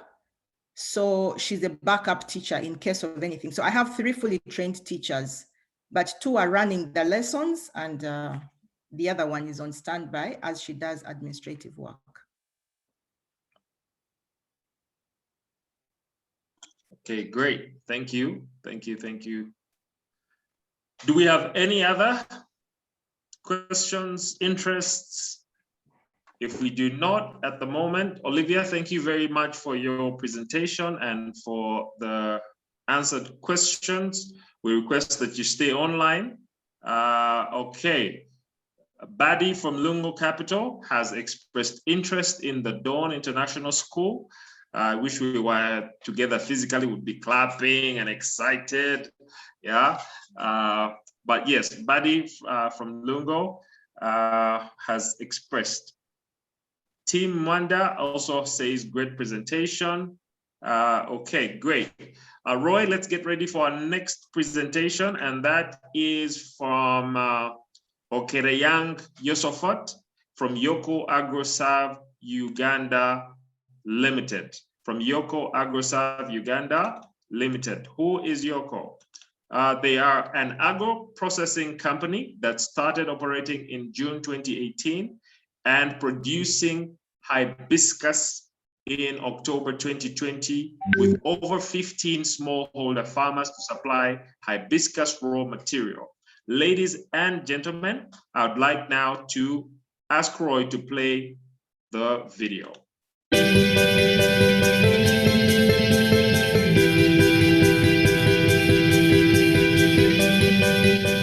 My name is Okereyang Yosofat, founder and managing director, Yoko AgroServe Uganda Limited. We are operating in Bumi Municipality, Eastern Uganda, registered in 2018. We are producing and distributing hibiscus grapes, hibiscus organic grapes. Hibiscus is a product which substitutes to reduce hypertension levels and increase body cholesterol. It also boosts immune system. Among our target customers, 2 million people in Eastern Uganda whom their health is at a high risk. There is an increasing high prevalence of hypertension among the young adults between the age of 21 to 40 years in Eastern Uganda. Meanwhile, the diabetes prevalence is low among the female and male between the age of 18 to 69 adults. Similarly, according to the census of 2014, Eastern Uganda has a population of over 9 million people. Among them, young adults amounting to 28.34% in that age bracket of 25 to 69 years old.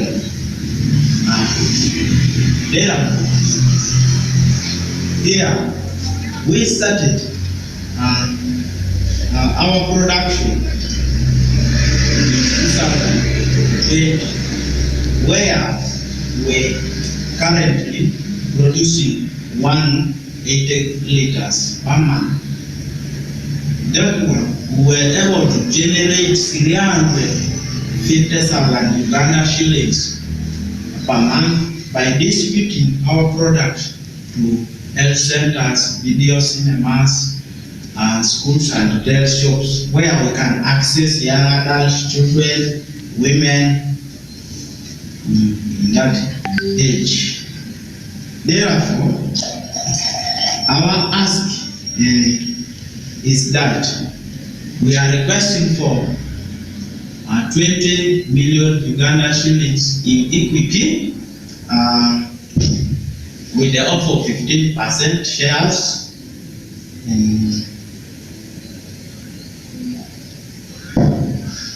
That money we shall use for buying a production fish line, because currently we are operating manually.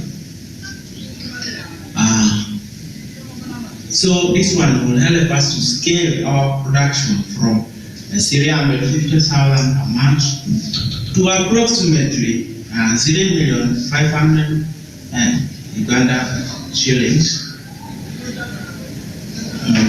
per month. So we welcome you in our patient.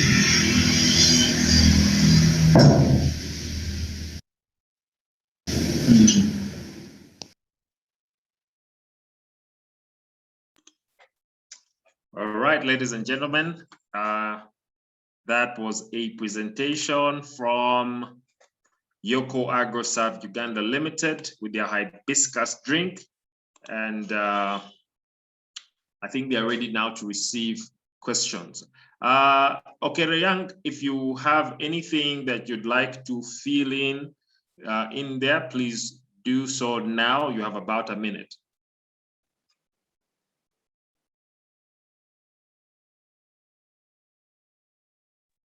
Okay, thank you, Tom.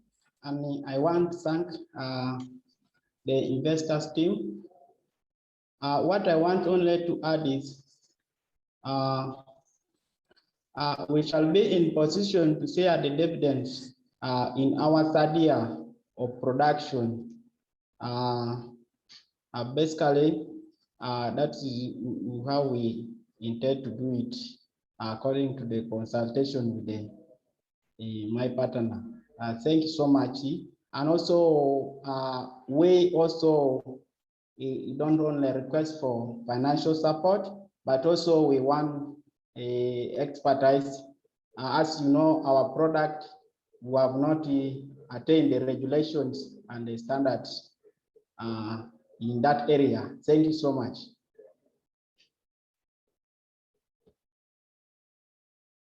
Okay, thank you. Okay, Rayang. Ladies and gentlemen, the floor is open. We can now field questions to Mr. Okerayang, who is right here with us at the moment.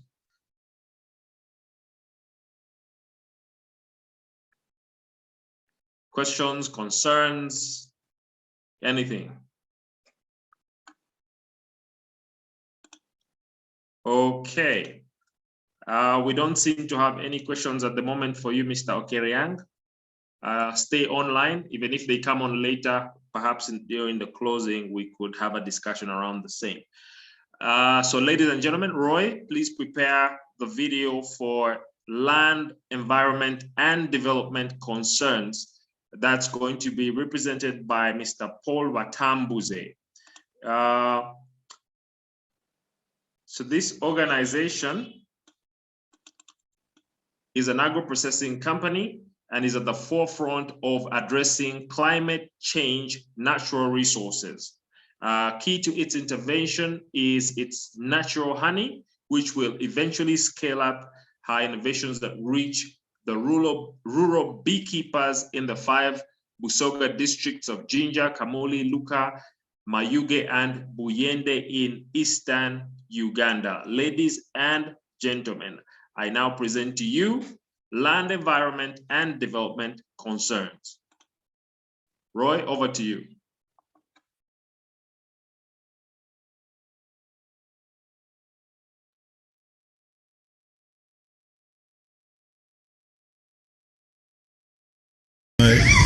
Welcome everyone. Welcome, everyone. My name is Paul Batambuze, the Executive Director and Founder of Land, Environment and Development Concerns LEDEC Limited. We are a registered company with URSB, and we've been in operation since 2016. But in particular, as issues of LEDEC natural honey, that is the basis for today, we are here to tell you about LEDEC natural honey, because this is natural honey which is unique, nutritional, medicinal, and right now, even in this COVID season, there is a lot that is needed to have this LEDEC natural honey as a food supplement. It is 100% food value and natural. So let me invite my marketing manager to give you other details as we move. Well, thank you very much. My name is James Chinawa from LEDEC. I'm in charge sales and marketing. Today we present to you LEDEC natural honey, which is purely natural honey that is extracted from the local beehives. Basically, since 2016, we have been dealing in honey. This honey, we package it and sell it to different customers. We package it in different packages, starting from the smallest packages that goes to 1,000 Ugandan shillings. This is the smallest package. It is 20 milliliters. Up to we have even jerry cans, and even this one that has 500 milliliters. We have been selling this honey to different customers. For example, hotels, restaurants.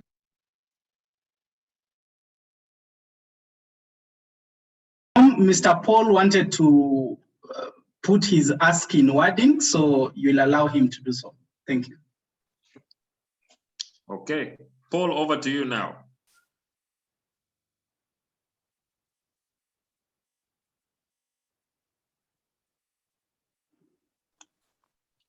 Paul, don't forget to unmute. Unmute. You're still muted, so we can't hear you. Okay, good. Okay. Thank you. Are you getting me now? Yeah, thank you. My name is Paul Batambuze. What is something that I can add on is that we need 180 million to scale up our programs, and especially we are looking at if it is debt and issues of repayment at 20% or any other, as we shall discuss with the potential investor. We are also looking at any other support in terms of trainings, network support that can help us. Like I was talking about, even the 180, it might be here. Some may also want to be, if it is an equity, we very much welcome to say that we move ahead. I thank you.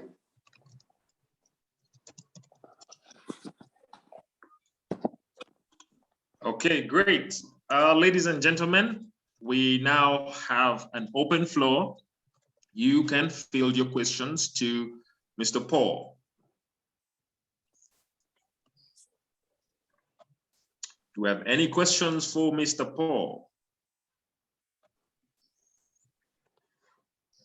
Okay, you have a question here, Paul. The question is, kindly share average turnover for last year. Kindly share average turnover for last year. Okay. Any other? Not at the moment. Just respond to that one as we wait for others to come in. Oh, wait, there's a question. Just listen. Yes, my question is, I'd like again to know how much are the profit margins and the production cost per unit. Thank you.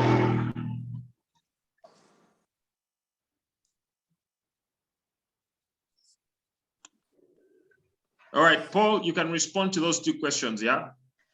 Yes. For last year, that was 2020, we were able, when we look at our general income,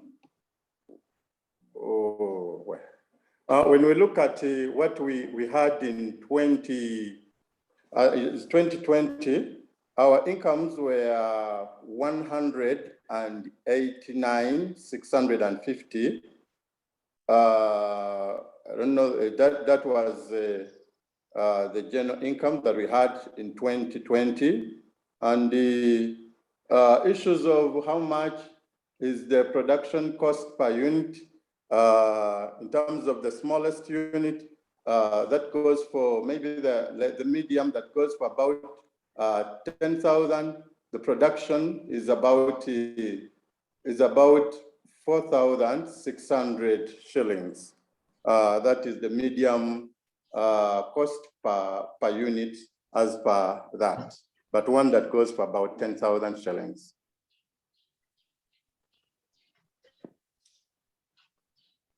Was that clear?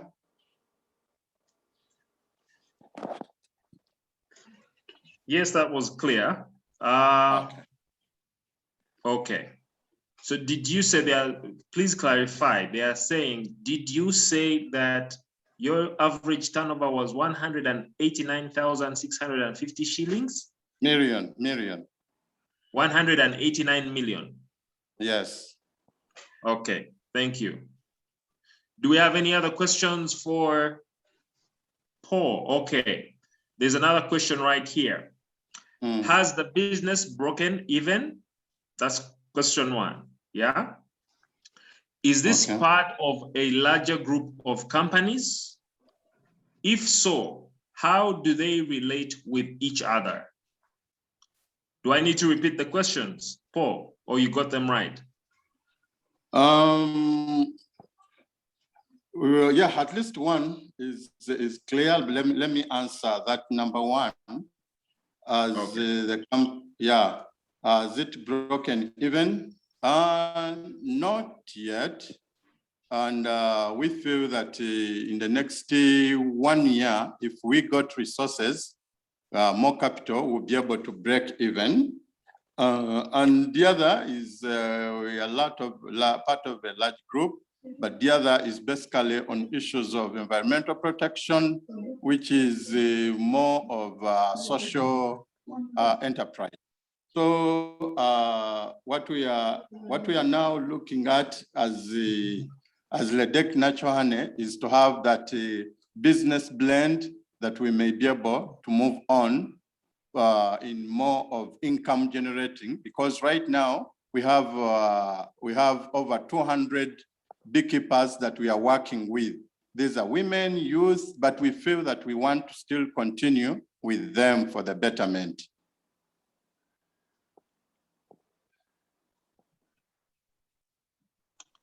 Okay, so have you answered the question where they were asking, is your organization, is it part of a larger group of companies? I said, yeah, it is part of a large group called Land Environment and Environment Concerns. So this particular LEDEC Honey is just a component of a little bigger company. Okay, so the revenue that you just shared or highlighted, is that revenue from the entire company or just from the honey? Okay, now besides honey, we're looking at the issues of like honey. We have beeworks, beehives, candlesticks. We also take up trainings, but also energy saving cook stoves and tree or flower seedling nurseries. So that is inclusive of some of those others. But they blend into what we are working on, but especially as we are dealing with women and the rural communities. Okay, great. Next question. What is the breakdown for the loan capital? Okay. What is the breakdown? Yes.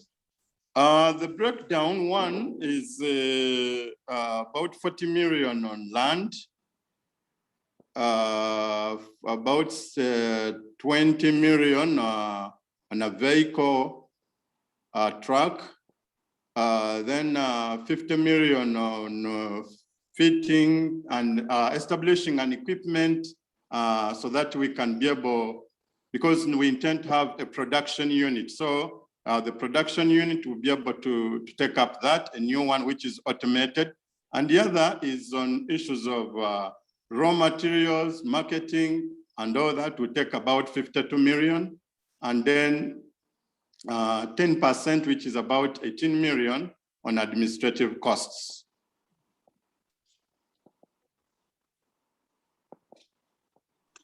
Okay, thank you very much. Do we have any other questions for Paul? Do we have any other questions for Paul? Tom, there is a question there. How much is? Yes, I just seen it come through. So question for you, Paul, is how much revenue is from the B section?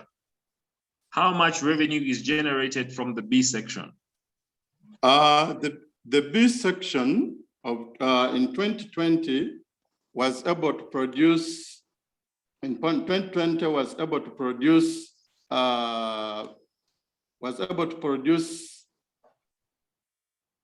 82 million. 82 million in 2020. Yeah. I have one last one. Yes, yes, Cuthbert. Yes, mine is about putting a lot of money into land, because you see, land is not producing anything. You're getting these products from either outgrowers or people who are your members. Now the land to build a processing plant, and yet you can hire. I don't see any money coming out of the land you will have bought to put up a processing plant, and yet you can hire and have and put the money elsewhere to do other things. Thank you. That is a very good advice. I strongly take it 101%. Okay. Okay, as we wait for the investors to express interest in your business, we are now going to be listening to our final pitch of the day. That is from Wakari Housing Limited with Mr. Edwin Wabomba. Just a brief about Wakari. Wakari Housing was founded in 2014. Wakari Housing is digitizing the process of accessing house plans through a digital marketplace called vPlan. vPlan platform is being developed as a B2C marketplace that will facilitate access to affordable house plans by encouraging the sale of recycled house plans from different freelance and senior architects across the globe. Ladies and gentlemen, Wakari Housing.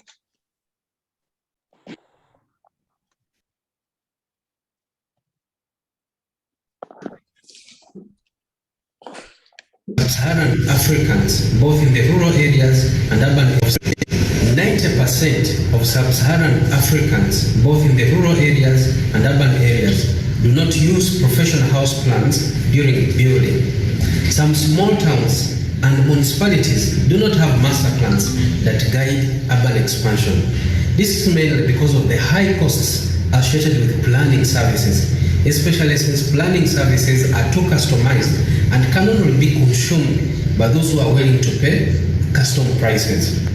The lack of planning has led to growth and development of shanty towns and unplanned neighborhoods.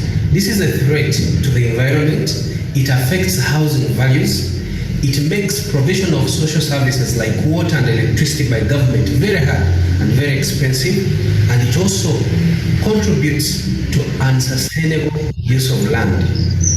It is for this reason that the team at Wakari Housing has developed a digital platform called vPlan. vPlan is a B2C marketplace that will facilitate access to affordable house plans by encouraging the sale of recycled house plans from freelance and senior architects across the globe. Currently, works on the platform are at 60% complete. We are also building a database for these professional architects. And so far, close to about 50 architects have signed up. And cumulatively, they are bringing in close to about 9,150 house plans, which are going to be uploaded on the platform. We have also started negotiations with 2 town councils, that is Ruaha Town Council and Gagari Town Council, who are interested in having their residents within the town councils consume affordable house plans. V-Plan is targeting individual home builders, property developers, and local governments that are seeking affordable house plans across sub-Saharan Africa. This presents an opportunity to sell over 460,000 house plans worth $36 million by 2030. Individual home builders and property developers will simply log into the platform, select any house plan, pay for it, and they will have access to their plan of choice. Under the arrangement for local governments, we are working with the local governments to sign up, and once the local government has signed up, residents within that location will also have access to these house plans, but at different negotiated plans. For example, once a local government, like Ruakaka Town Council, a specific code will be supplied to that town council, and whoever pays money will receive a code on their phone, and then they will be able to use that code to access the house plan of choice on our platform. To roll out the V-Plan platform, we need about 200 million, which will be invested in marketing and creating visibility for the platform across sub-Saharan Africa. The 200 million will also help us build a stable IT system that will be able to support the operation process of the platform. We shall also use part of the money to recruit and train more IT staff that are much needed or highly needed in supporting the IT system. With this investment, we shall be able to increase our annual turnover and the corresponding profits by over 250%. We shall also be able to create 100 direct jobs and over 5,000 indirect jobs. We shall also increase our impact in terms of creating more organized cities, conserving the environment, and also increasing housing values. It is important to note that as urbanization takes shape, the demand for professional housing services is steadily increasing, giving assurance of huge returns on any investment made in the housing sector. To have a view of what we are developing, the kind of platform that we are developing, you can visit amaqcloud.com/vplan. The link is actually here, so you can access it, and then you should be able to look at some of the plans that we have already uploaded as samples as we develop the platform. But maybe just to scroll down a little bit, these are some of the plans that we have already uploaded. These plans were done by Wakare Housing for a number of our clients who paid a premium price, but we're going to give them out there at very affordable prices. For example, this is a residential home that is going to be built in somewhere in Entebbe, and so this client paid a premium price, but we're actually putting up this same plan on the platform at just below $300. And so whoever is in DRC and is looking for a beautiful house plan like this one, or someone is in Juba or they're in Tanzania, they'll be able to access this house plan through VPlan at just a small price of less than $300.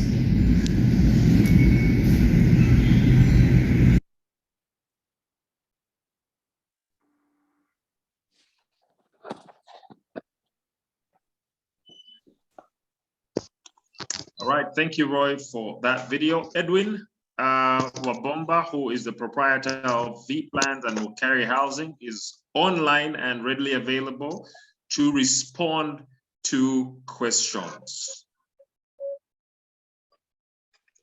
Do we have any questions for Mr. Wabomba?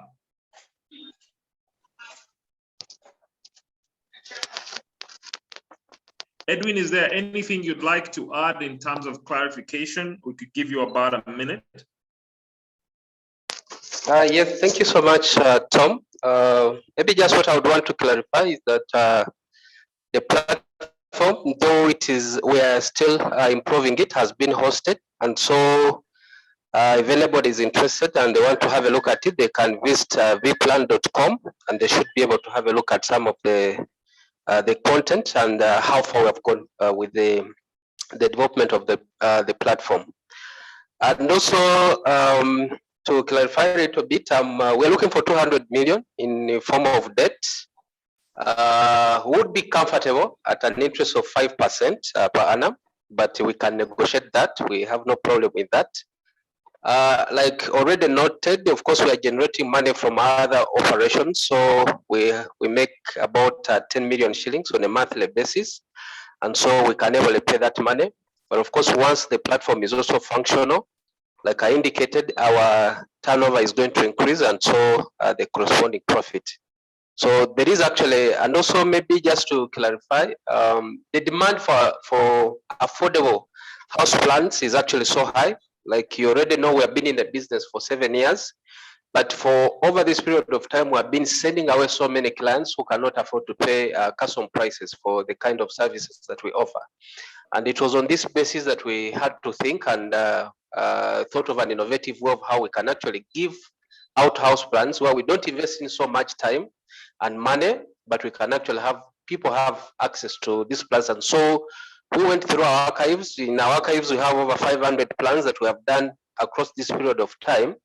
They're just lying on the laptop, but yet in actual sense, from the sharing that we have done with a number of people, there are people who have already picked out and we have given them out for free and people use them. They have already built homes across this country. So that's when we sat down and said, okay, what if we bring other architects on board? We interest them and we think of this as actually a new model of how we can reach out to people who cannot afford to pay custom prices. Can we be able to make a difference? And that's how we've been able to develop the digital platform VPlan.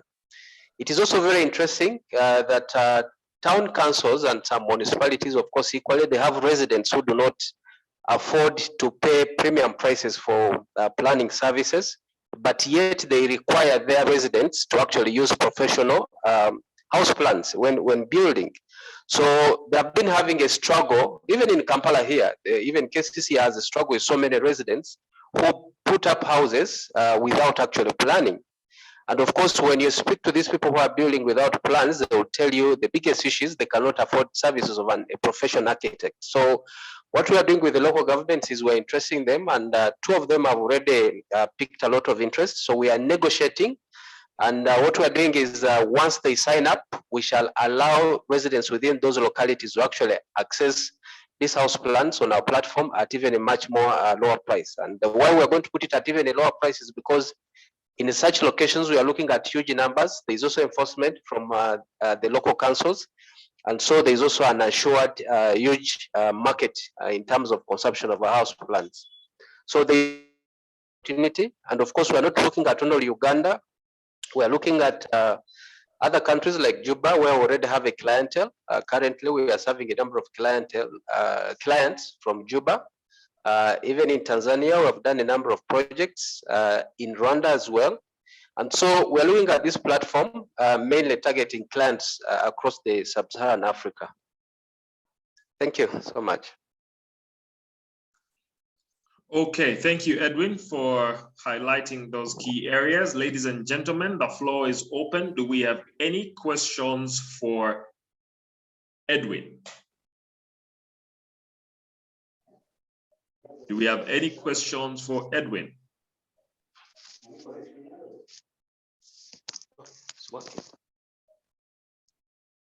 Okay, Roy. Okay, great. We have a question. We have questions here.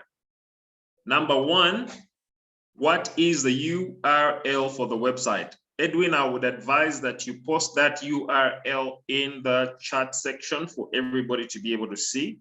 That's one. Two, what was your revenue last year? Three, what is the breakdown of the revenue? Edwin, I hope you're listening to these questions. Yes, I am. How much comes from the platform? And finally, what is the cost of a plan and what type of plan do you get for that price? Question number one, I am going to share just slightly because I'm using the same phone. So I'm going to share just shortly the link. But on question number two, our revenue for last year was, I think, 126 million cumulatively. The breakdown for revenue, how much comes from the platform? Like I shared before, we have already been making money from the planning services. That is architectural, where we're actually developing the plan to offer a much lower, I would say, cost service. So we've been generating money from planning services, which are directly related to VPlan, but we were not using the platform. So this year, especially when also our sales were affected with the COVID, that's when we had to also think of the idea of developing the platform and also that even when someone is not in Uganda, they can actually access our services. So we are not generating revenue from the platform yet. We have just put it up. Like I said, we are still refining it, and we are planning to launch it out in the first week of August. But certainly we have been generating revenue from planning services, which are directly related to the plan. And then on the cost of a house plan, apparently for a typical 3-bedroom house, we charge 1 million shillings. That is a bungalow. And if you moved around across serious architectural firms, that is actually the charge, or you'll find it is even much more higher than 1 million shillings. If you're looking at simple hotel designs, like some of them which I've already uploaded on the platform, the charge is between 7 to about 10 million shillings. Now, with this platform, and why we charge, maybe just to explain a little bit further, why we charge that amount of money is that planning services are customized. Once someone walks in the office and they want a house plan, it simply means that you are going to spend a whole month designing something as per their, basically you're going to spend time serving that one client for almost a period of 1 month. But now, with the VPlan, a client will be able to scroll through maybe 5,000 house plans or 9,000, like for example, we have 50 architects who have signed up. So you'll have a client who will scroll through 9,000 plans or more. And in 9,000, at least from experience, someone will not fail to get a house plan of choice. But also the mere fact that if I'm looking for a hotel plan and I found one which is cheaper, instead of paying 10 million shillings, I'm going to pay 1 million shillings. And this hotel plan fits on my land size. It meets my needs as a developer.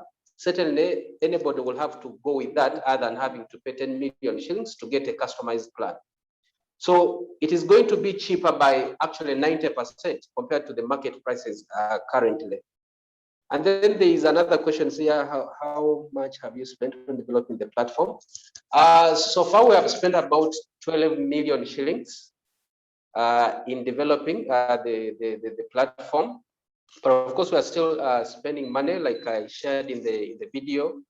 We are required to have a very serious IT system. We are supposed to get about 4 servers of a cumulative 4 terabyte for us to be able to have the required speeds in terms of downloads and also managing data. And then we're also required to have about 5 supercomputers that will also help still in terms of managing the IT system. So there is a number of expenses that have to be still incurred in line with developing the platform for it to be mature for use as we anticipate. Okay, wonderful. Thank you, Edwin, for responding to those questions. There's another one. What percentage shall you make from selling other architects' plans? Then we're working with the other architects. We are actually going to pay them 25% of what a client pays us. For example, if a client pays us, let's say $100 for a house plan that they've bought online, any architect who designed or who uploaded that plan is then we have worked out the system in such a way that an architect will register, upload a house plan. It is reviewed by a committee of experts that we have put in place. And then once it passes the test of quality and other things that we are design and all that we are looking at, then the platform, the plan will be uploaded online. And so whoever uploaded that plan will actually be entitled to a percentage of 25% for every sale that we make. So like I was explaining that if we sell out a plan at $100, 25% will go back to an architect who actually designed the plan. It's also a very big benefit because, like I said, most of the architects we did research will have, like for someone who has been in business for a long time like us, we have about 500 house plans which we have done, and on the laptop we don't use them, they are just there. And that is the same scenario with most of the architects. But here we are giving someone an opportunity to actually earn money from house plans that they did 5 years ago or 3 years ago, and they have not been earning money from them. So it's you realize that these planners or architects are actually also going to double their revenues as they continue working with us. Okay, wonderful. Cuthbert, you have a question, I see. Please yes, shoot. Yes, I have a question. My question is, are you registered with the Uganda Society of Architects? Because I'm very sure these guys, when you start doing such a business, they'll want to come out and say, you guys, that's not permissible in the law and so on. So how are you sure you'll not get hiccups with such guys? Thank you. Thank you so much for that question. Like I said, we started working on this idea earlier this year, and having been in the business for a very long time, yes, one of my colleagues who is actually a trained architect is registered with the team, with the society, but also too, we have already started discussion, and they already see the benefits of actually this platform to the architects. Because I'll tell you, on market, you'll find an architect doing 4 projects in a year, projects maybe that bring in, let's say, 15 or 20 million shillings in a year for those who are lucky. But now here we're giving someone an opportunity to sell more to a wider market. And so when we had a discussion with the society leadership, they actually realized this is of benefit to the members of the society. So we are just working out modalities on how they will ensure their members actually benefit from the platform.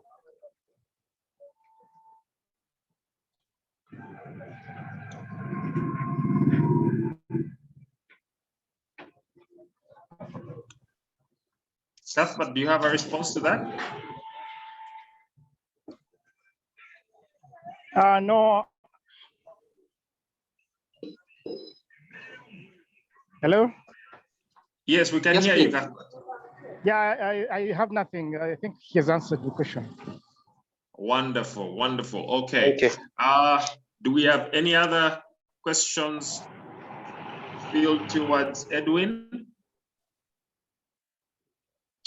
If we don't, Roy, I'm handing over to you so that you can guide us on the next steps before we bring this function to a close. All right.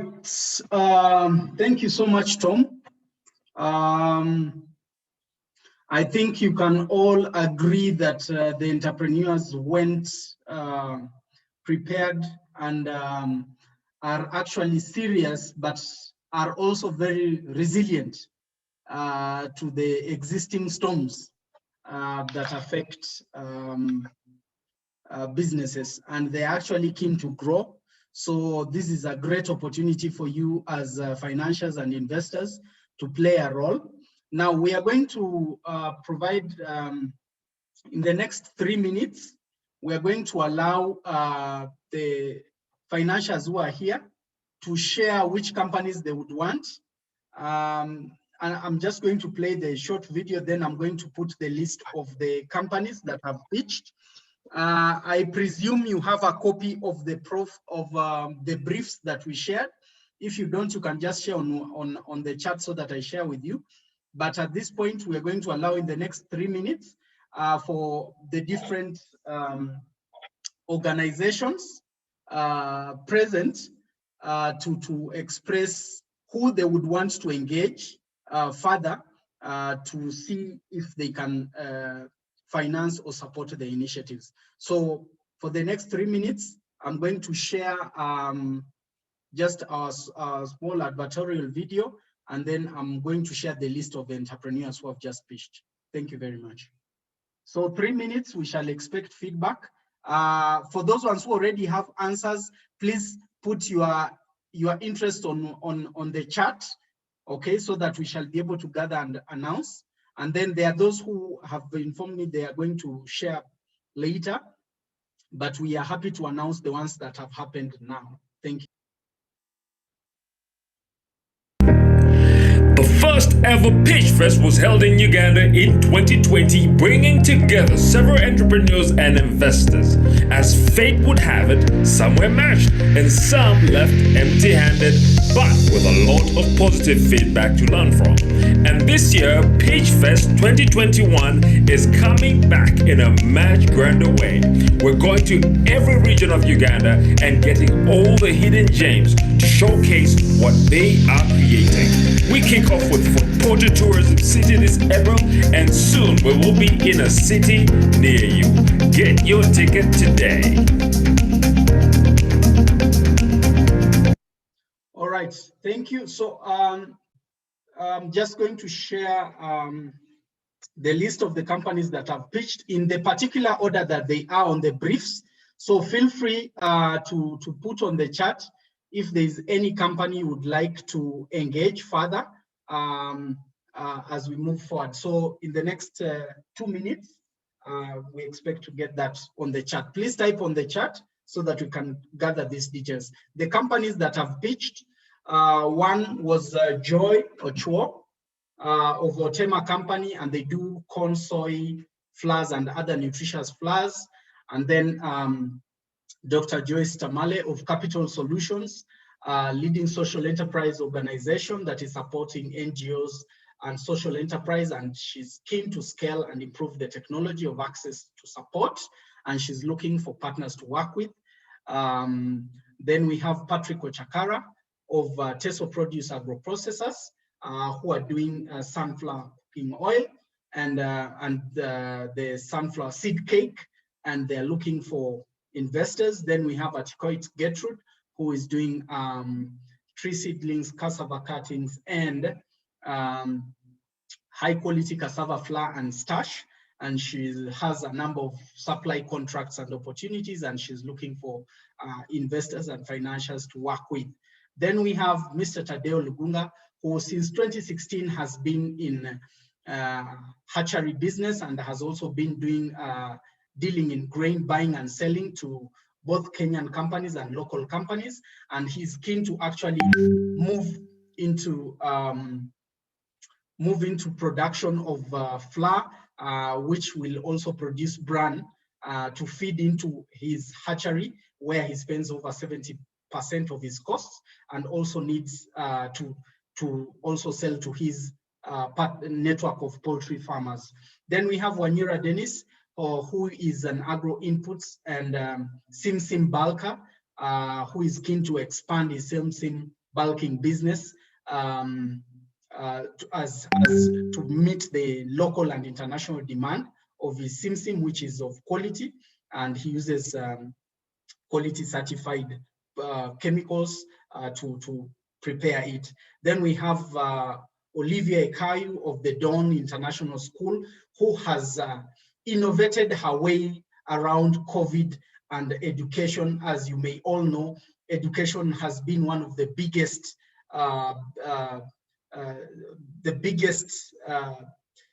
challenges when it came to COVID, because schools were the ones going under lockdown, and students have had challenge in terms of accessing information.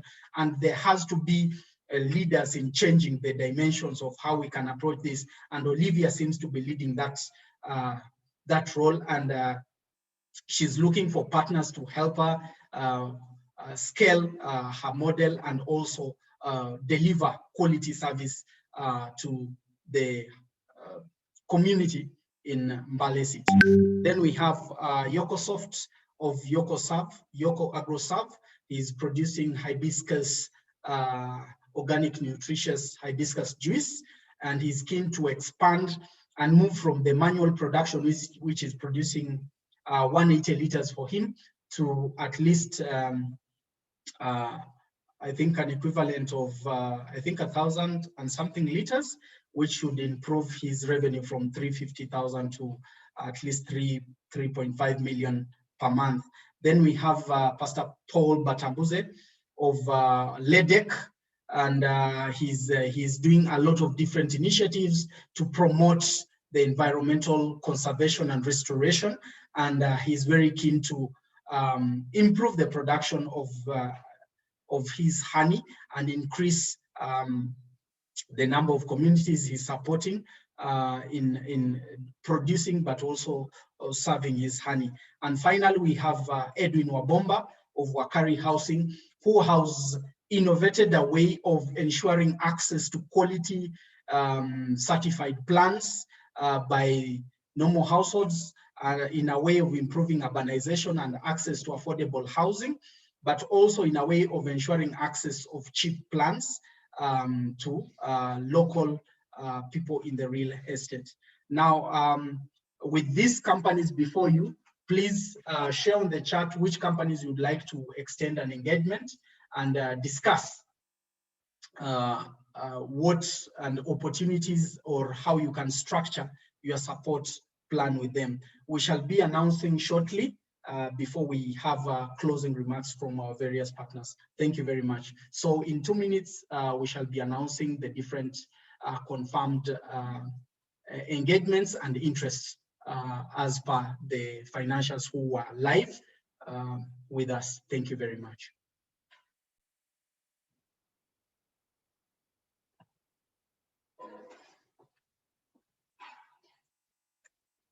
Okay, so we are looking at the chat. So please share any, if you are interested with the extending any conversation with any company, we are keen to capture that and announce that so that we can even provide contacts and the introduction so that you can extend that conversation.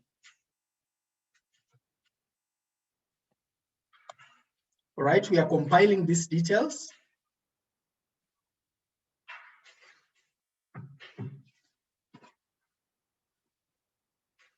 Please share any companies you'd like to engage or connect with on the chat.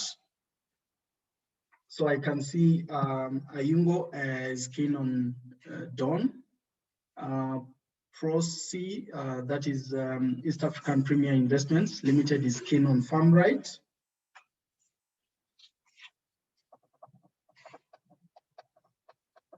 Okay, we have Mango Fund who is keen on Otema.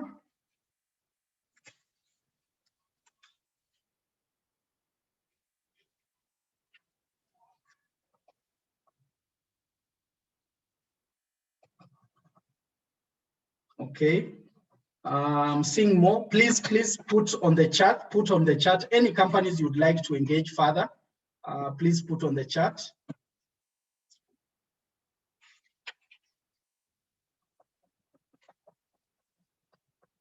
Okay, Solaridad would like to communicate with LEDEC.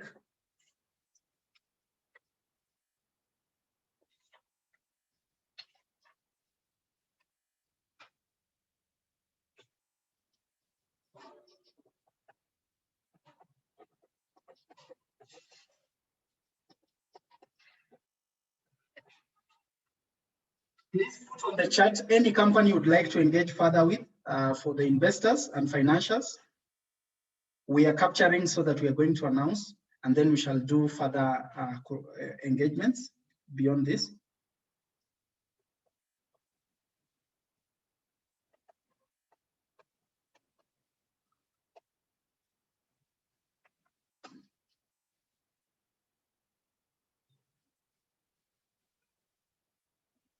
Okay, we have 1 minute. We have 1 minute. Do you have any company you'd like to engage further with? Please communicate here on the chat.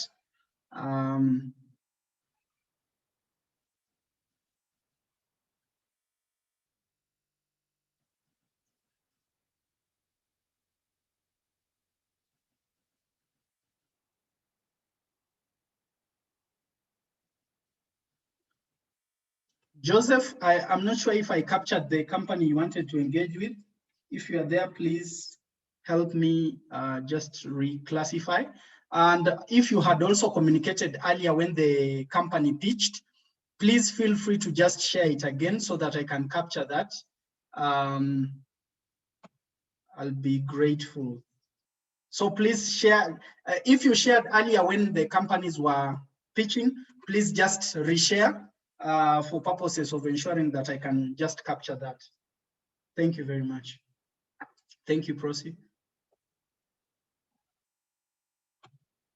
Okay, Inua. Okay, Inua says they will communicate after an internal meeting. Okay, any other?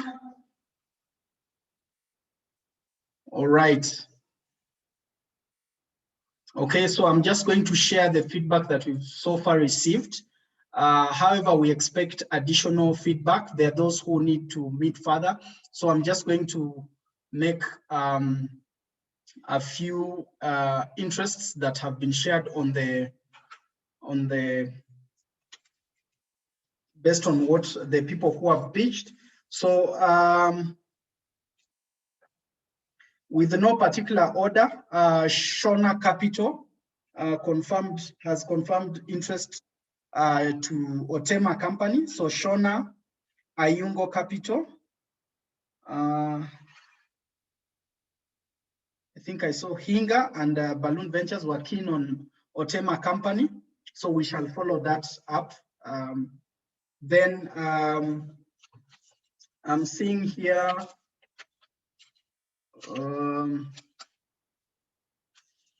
for Patrick Ochakara, I am seeing Mango Funds has shown interest, Balloon Ventures has shown interest, and East African Premier Investments Limited has also shown interest in engaging further with you. Well,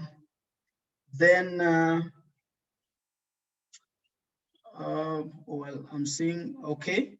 So, I've just seen some information from Buddy. Okay, so, okay, so Ayungo is also keen on Patrick Ochakara. So we shall share the details. Okay, so for Patrick, you have 4 interests: Mango Fund, Balloon, East African Premium Investments Limited, and Ayungo. Then Mr. Paul Batambuze, pastor of LEDEC, in your efforts to restore the environment and promote your community, you've attracted interest from Solaridad. I don't usually pronounce it very well. I think Solaridad plus or so. Peter will help me, but yeah, plus is keen to support you, and then Mastic Ventures from Kenya will also expressed interest in what you do. So we shall be doing the introductions on that. Let me see if any. Then with the Tadeo, I saw East African Premier Investments Limited expressed interest to have a further conversation with you. Okay, and then for, I think, the other communication I see here is Inua Capital will share the list after an internal meeting with the with us and the entrepreneurs. Okay, so I think these are the feedback, these are the details that we've got so far and the matches that we've got so far. Oh, for Dawn, I think I've seen Ayungo Capital and East Africa Premier Investments Limited. Yes. All right, just seeing some additional information. Okay, yeah, I announced that Goretti, yes, Mango Fund also showed interest on Otema. I think I mentioned that. Yes, yes, it's in my list. All right, so as others are still reviewing, we shall do the introductions as the communication comes through. But this so far the interests expressed, and we shall do the introductions moving forward once we compile this list, and we shall share with the entrepreneurs and also guide them through this journey as they scale up the opportunities that they have. Tom, as we finalize, okay? Okay, oh, so Hinga says they would like to extend a conversation with Dr. Joyce of Capital Solution. Thank you, James, for that communication. All right. Is there any communication that I'm missing? If you've noticed I've not communicated anything from your side, please feel free to just share quickly on the chat so that I can just pronounce that in case I missed anything. All right. All right, Tom, I think we need to go towards closing, and that is we need to listen to the final. Sorry? Okay. That's okay. Yeah, so we're actually back ready. over to you on the program. Yes, thank you. Okay, thank you very much, Roy. Everybody, thank you for being a part of this exciting conversation that we've had today. In a few minutes, we'll be closing shortly with our closing remarks. As per our program, we have the Pitchfest lead, and that's Maggie. So Maggie, I'd like to give you a minute or two to come and deliver your remarks, and then we will have our closing remarks from the representatives of either Uganda Industrial Research Institute, if they're available. If they're not, then we will have the AAIN representative closing. Maggie, if you're here. Sorry, Tom, we had a representative from Uganda Industrial Research Institute, Mr. Dennis Dokoria, will be sharing on behalf, and then, yeah. Okay. Dr. Ariho. Okay, thank you. All right, thank you very much, Tom, for this opportunity, and thank you very much for steering us through the program. Ladies and gentlemen, my name is Margaret Nakakande. I'm a consultant with the Mocha Access, and I've been providing direction to this Pitchfest. I'm so grateful to see everybody in attendance, and I'm much excited that the first of this kind virtual Pitchfest is successful. Those who were available, you remember why we are at our Uganda Industrial Research Institute. And allow me to switch on my video because it destabilizes my internet. Tom, can you hear me? Yes, we can hear you.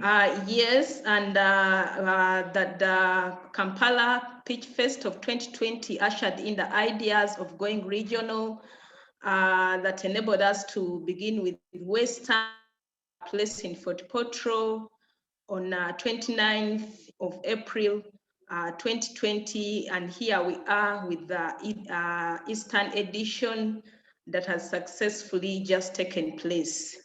I thank the organizing team for putting heads together to smoothen the process of organizing this Pitchfest. And in particular, I'll mention Mr. Roy Gakua Masiga for the 100% dedication you put into this to ensure that entrepreneurs are linked to available investors in Uganda. I will still in particular thank Gloria Adet, our media coordinator, for putting together the videos and enabling everybody to be tech-based. Thomas, our program coordinator, you always do it right. I appreciate you. Julia, I know you're behind there listening. Thank you for being resourceful, among others. We are so many, I can't mention everybody. I thank our entrepreneurs for embracing the idea because without you, this wouldn't have taken place. And I urge you not to treat the Pitchfest for only a cash exchange event, but also to value and apply the knowledge and expertise that has been equipped with you throughout the process. I thank our partners, Uganda Investments Authority, in particular, Mr. Area, for opening this event and all the support you have given to Imuka Access. I thank Uganda Industrial Research Institute for moving with us in all directions. I applaud Africa Agribusiness Incubation Network for the finance and technical support you have always provided.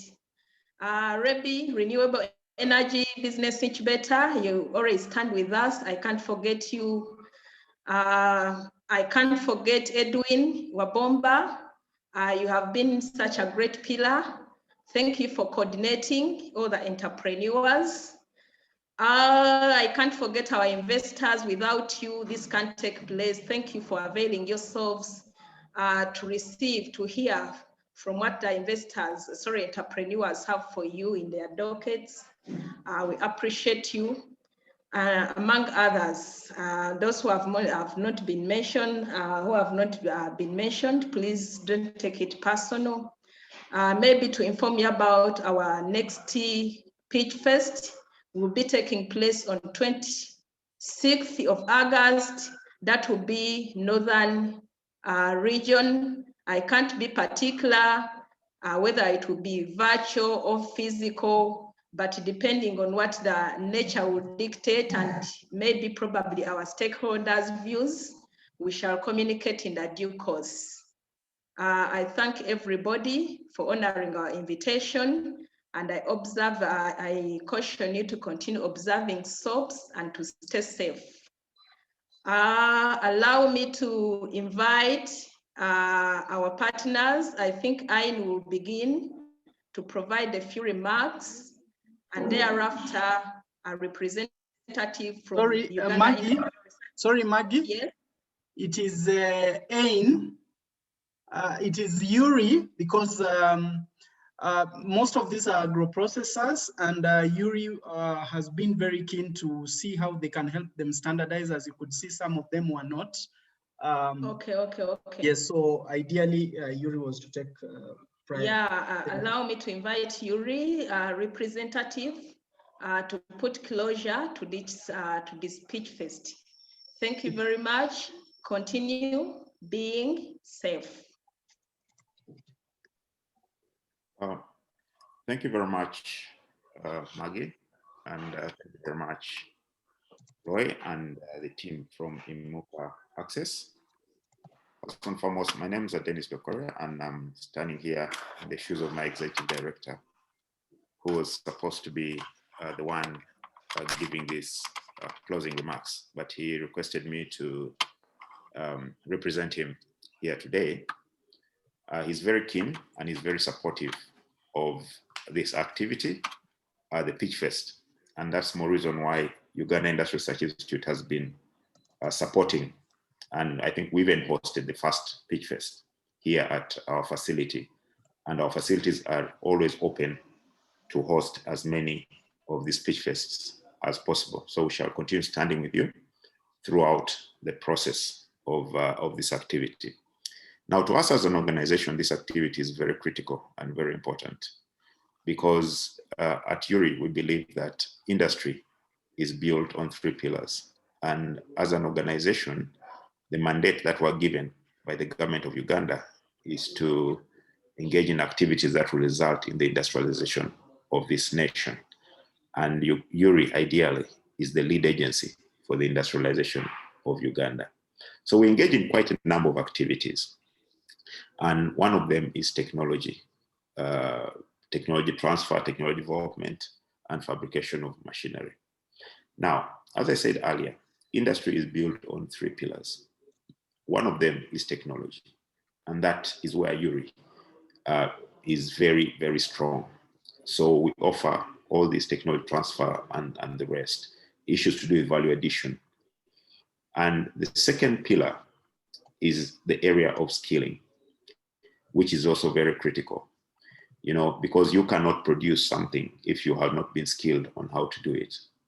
So we are very strong in those 2 areas. We offer skills training to many entrepreneurs in different areas, and especially looking at the pitching that has taken place. I think most of what we are talking about is in the agro processing area. And URI has pilot processing plants. We have scientists who engage a lot in the area of empowering communities, empowering entrepreneurs by offering them very good skills in the area of value addition. And you see, when you skill and when you produce, there are also issues to do with the quality and the standards, the standardization. And just like Roy said, standardization is very critical and important for every product. We've had many instances, entrepreneurs take their products to the market, but they're not meeting the right standards. So as an institution, we have analytical laboratories that offer services, are validating products and product refinement. So these laboratories are public test houses, and also they can help in validating products and also refining of the products. We have food labs, and we have pilot processing facilities here at the organization for value addition and also business incubation. So now the missing link at Uganda Industrial Research Institute is the area of financing, because industry sits on 3 pillars, that is finance, affordable finance, appropriate technology, and the right skills. Now, the challenge we have is we are not a financing institution, so we do not offer finances. We can handle issues to do with technology, we can handle things to do with skilling, but when it comes to financing, we need partners who can finance. And I think that's what the Pitchfest is all about, seeing how do we get these people who have the good skills, have the good products to be pitched with, to be connected to people who have the financing so that their enterprises can grow and thrive. So when it comes to the other parts, we are open to all entrepreneurs who are willing to contact us, come, and we walk the journey with you and see how we can improve on your products, see how we can help you in the skilling in case there are gaps within your organization that need skilling to develop products. Product development with innovations is something we can also handle as an organization. Technology fabrication, technology development is something also that we handle here at URI.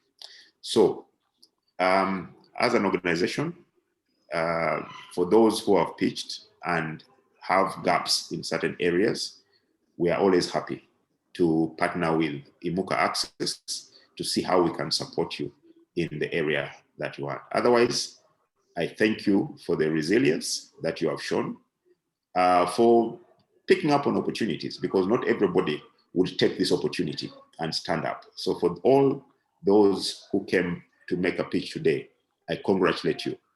Even if you don't get somebody to match with today, still the step that you have taken is very critical and very important. It is a step in the right direction. And we ask that don't give up, keep the fire burning, because starting up an enterprise is not an event, it's a process. And since it's a process, this is part of the process. So you will get where you want to go. I would like to thank you very much, and I wish you all the best. Thank you. All right, Tom. Thank you, Mr. Dennis. I believe now we can invite our partners from AAI, and that is Professor. Is Professor around? Yes, he is. I'm online. Wonderful. I think you can now give us your closing remarks, Professor, and then we'll call it a day. Yeah, thanks so much once again, IMUCA Access, organizing this important event. Mine is really to say thank you to everybody. Particularly, I will start with definitely the appreciation by the team. I think Tom, Roy, Margaret, Gloria, and Dennis, the entire team, generally all of you, this is not the first event. You have been running this. I must say that on behalf of AIN and on behalf of partners at national level, regional level, and continental level, I must say thank you for organizing this important event and creating an opportunity for young entrepreneurs to interface with investors. Thank you so much. Secondary is to, again, extend our appreciation as partners to the investors. You have really spent some very good time asking very good, important questions to these young entrepreneurs, the startups and SMEs from different schools of thought. I think the questions that you ask from the investment point of view will definitely help the improvement, the acceleration, the growth of these startups and SMEs, will help these entrepreneurs to move to another level. As my colleague mentioned, Dennis, I think all of you, the investors, the issues you raised definitely support the entrepreneurs that presented. And I must say that I congratulate all of them. They are all winners, because to get an opportunity to get such a feedback, to get the thoughts, the ideas of how best you can improve your business is a great support and it's a great achievement. So I congratulate all of them. And to me, they have all won moving forward. Again, to the partners that support this kind of platform, I must say that from AIN perspective, those of you that don't know AIN is a network of incubators and accelerators in Africa. We incubate incubators and accelerators, support the creation of opportunities for job and employment and wealth generation in Africa, but particularly we've been focusing in the space of agribusiness, given its potential for providing the opportunity for economic transformation in Africa. So we are happy to associate and work with IMUCA Access, to work with Uganda Industrial Research Institute, which is also a member of AIN, AIN being a member organization. So we are happy to be part of this discussion and part of this agenda, which is not only happening in Uganda, but something that we can replicate or which we have also been supporting in other countries. So I must say that from where I sit, I was very inspired today by having listened throughout this discussion. And maybe I must say that AIN will provide space for the people that presented today and others. We're going to create opportunity for IMUCA Access to have an opportunity during AIN conference at continental level for the startups, that SMEs that are emerging out of this system, to be able to present to other investors also at continental level. So take note that the AIN conference is going to be 14th to 15th October 2020 in Malawi. And I think Roy and the team follow up with the team of AIN, but will create opportunity for these entrepreneurs that are emerging out of this space to be part of the selected entrepreneurs to pitch at continental level and get a chance to also get other support where we work with different partners like African Development Bank, FAO, to mention but a few that are also supporting such as startups. I'm very, very, very, very happy to have seen this process go through, and I think this is something we can really do together at another level. as I conclude, key important things. One, I think IMUCA Access role to connecting entrepreneurs with investors is a fundamental role that you are playing, and we need to support you more. To me, this is not only happening in Uganda, this is happening across the continent. And what you're doing is something very, very important. Most entrepreneurs don't have such a feedback, and they don't have the connection. So the idea of connectivity is very important, and let's discuss more how to connect and bring on board other investors, the angel investors, the social impact investors from other parts of the world to be part of this discussion. And I think to me that is very, very important. Two, as Dennis mentioned, from the aspect of incubating, bridging the gap, it is important that the partners on table and other partners support IMUCA Access and the rest of other actors to bridge the gap. These entrepreneurs mentioned a number of areas, and the investors were asking some questions that really call for constant support, mentorship, guidance to be able to bridge that gap, including skilling. So I think that calls for what we call pipelining support. How do we make the entrepreneurs present bankable businesses that are able to run sustainable enterprises that we should be able to bank on in terms of job and employment creation? So I think I'm happy to see the support of the Uganda Investment Authority, for example, to be part of this. And I think this is something we need to do further and even reach. If you look at this kind of discussion, the interface is also accessible for most of the youth and entrepreneurs that are able to access ICT. I think my question to the team, to the people online, how do we move also to provide opportunity for those that are not able to pitch online, that are also have got very good ideas in Uganda? Because you already know that the entrepreneurs are coming from 4 areas.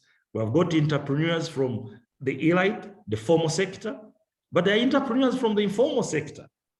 And they're also part of the economy, and they contribute fundamentally. So it is important that as we move forward, let's think about that. How do we move to that kind of class as well to be able to bring them, because there are very good, wonderful ideas that are also emerging from that kind of ecosystem. Lastly, once again, is to say that I thank you all.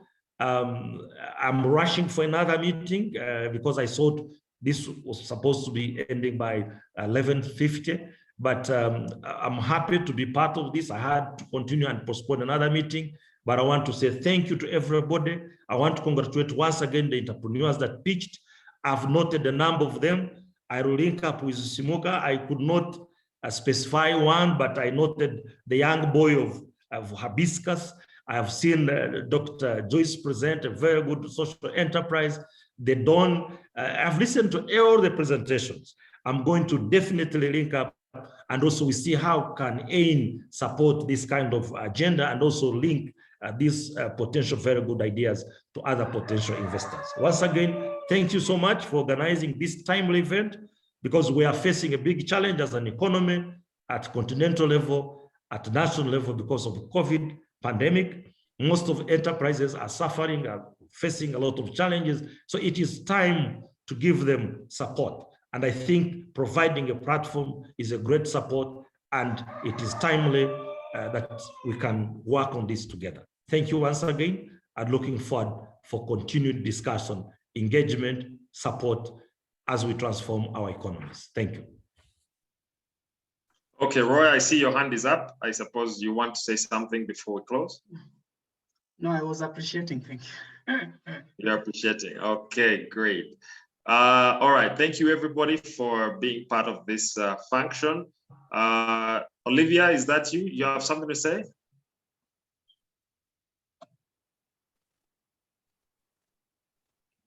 Oh, you are clapping. You're clapping. Thank you very much. Okay, our partners, our funding partners, every entrepreneur, thank you for being a part of today, and we wish you the very best. I've been informed that 6 out of the 10 entrepreneurs have been matched. So you have done really well. So I wish you the very best for the rest of us, and God bless you and keep you. Oh, I've been corrected. It's 7 out of 10. 7 out of the 10 that presented have actually piqued interest from our funding partners, and we wish you the very best and hope that these conversations will go on to completion. Otherwise, God bless you. Thank you. Just one final one for yes. Yoko. I think also Renew Strategies expressed interest. Okay. Oh, Renew Strategies. Okay, so that means we have 8 out of 10, right? Well, I'll clarify. I didn't note that one, but we shall communicate. It's either 7 or 8. Okay. Okay. Otherwise, thank you very much. Have a good rest of the week, and we wish you the very best. God bless you, and good day and good afternoon. You can now leave.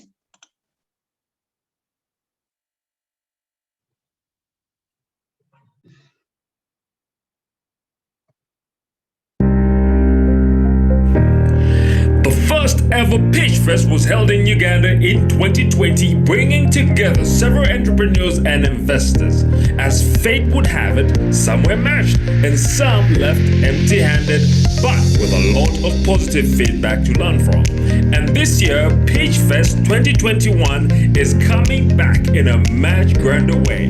We're going to every region of Uganda and getting all the hidden gems to showcase what they are creating. We kick off with Porter Tourism City this April, and soon we will be in a city near you. Get your ticket today.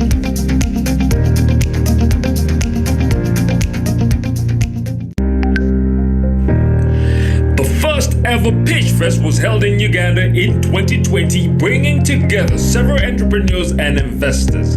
As fate would have it, some were matched and some left empty-handed, but with a lot of positive feedback to learn from. And this year, Pitchfest 2021 is coming back in a much grander way.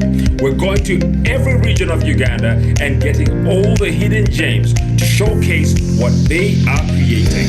We kick off with Porter Tourism City this April, and soon we will be in a city near you. Get your ticket today.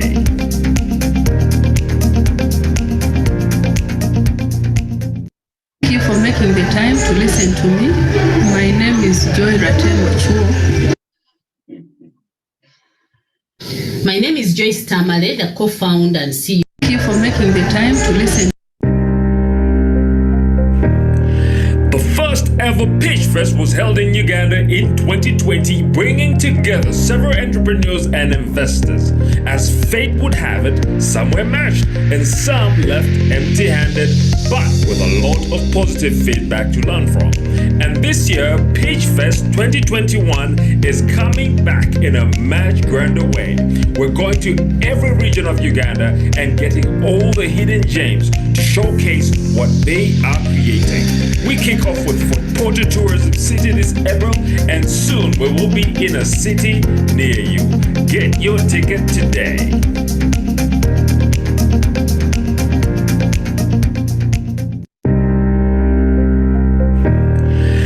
First ever Pitchfest was held in Uganda in 2020, bringing together several entrepreneurs and investors.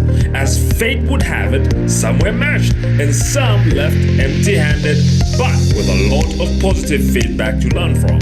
And this year, Pitchfest 2021 is coming back in a much grander way. We're going to every region of Uganda and getting all the hidden gems to showcase what they are creating. We kick off with Porter Tourism City this April, and soon we will be in a city near you. Get your ticket today.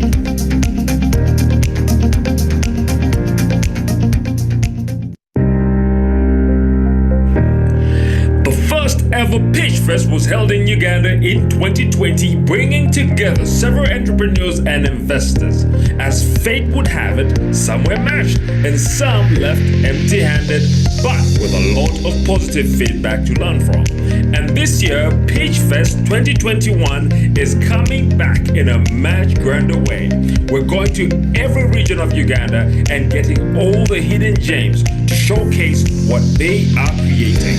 We kick off with Fort Porter Tourism City this April, and soon we will be in a city near you.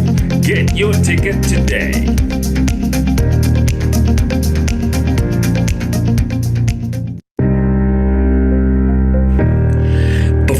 Ever Pitchfest was held in Uganda in 2020, bringing together several entrepreneurs and investors. As fate would have it, some were matched and some left empty-handed, but with a lot of positive feedback to learn from. And this year, Pitchfest 2021 is coming back in a much grander way. We're going to every region of Uganda and getting all the hidden gems to showcase what they are creating. We kick off with Fort Porter Tourism City this April, and soon we will be in a city near you. Get your ticket today.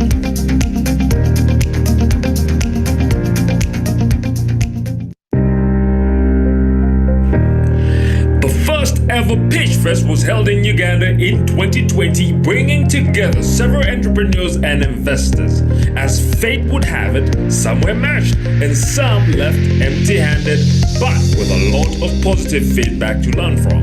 And this year, Pitchfest 2021 is coming back in a much grander way.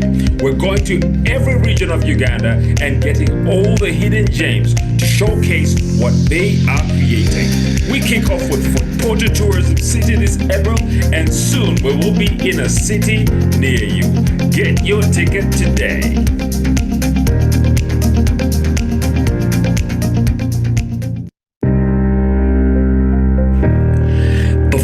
Ever Pitchfest was held in Uganda in 2020, bringing together several entrepreneurs and investors. As fate would have it, some were matched and some left empty-handed, but with a lot of positive feedback to learn from. And this year, Pitchfest 2021 is coming back in a much grander way. We're going to every region of Uganda and getting all the hidden gems to showcase what they are creating. We kick off with Fort Porter Tourism City this April, and soon we will be in a city near you. Get your ticket today.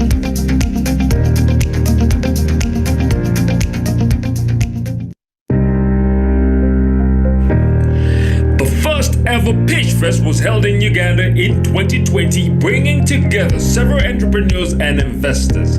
As fate would have it, some were matched and some left empty-handed, but with a lot of positive feedback to learn from. And this year, Pitchfest 2021 is coming back in a much grander way.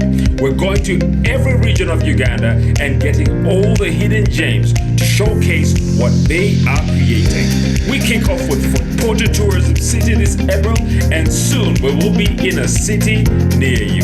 Get your ticket today.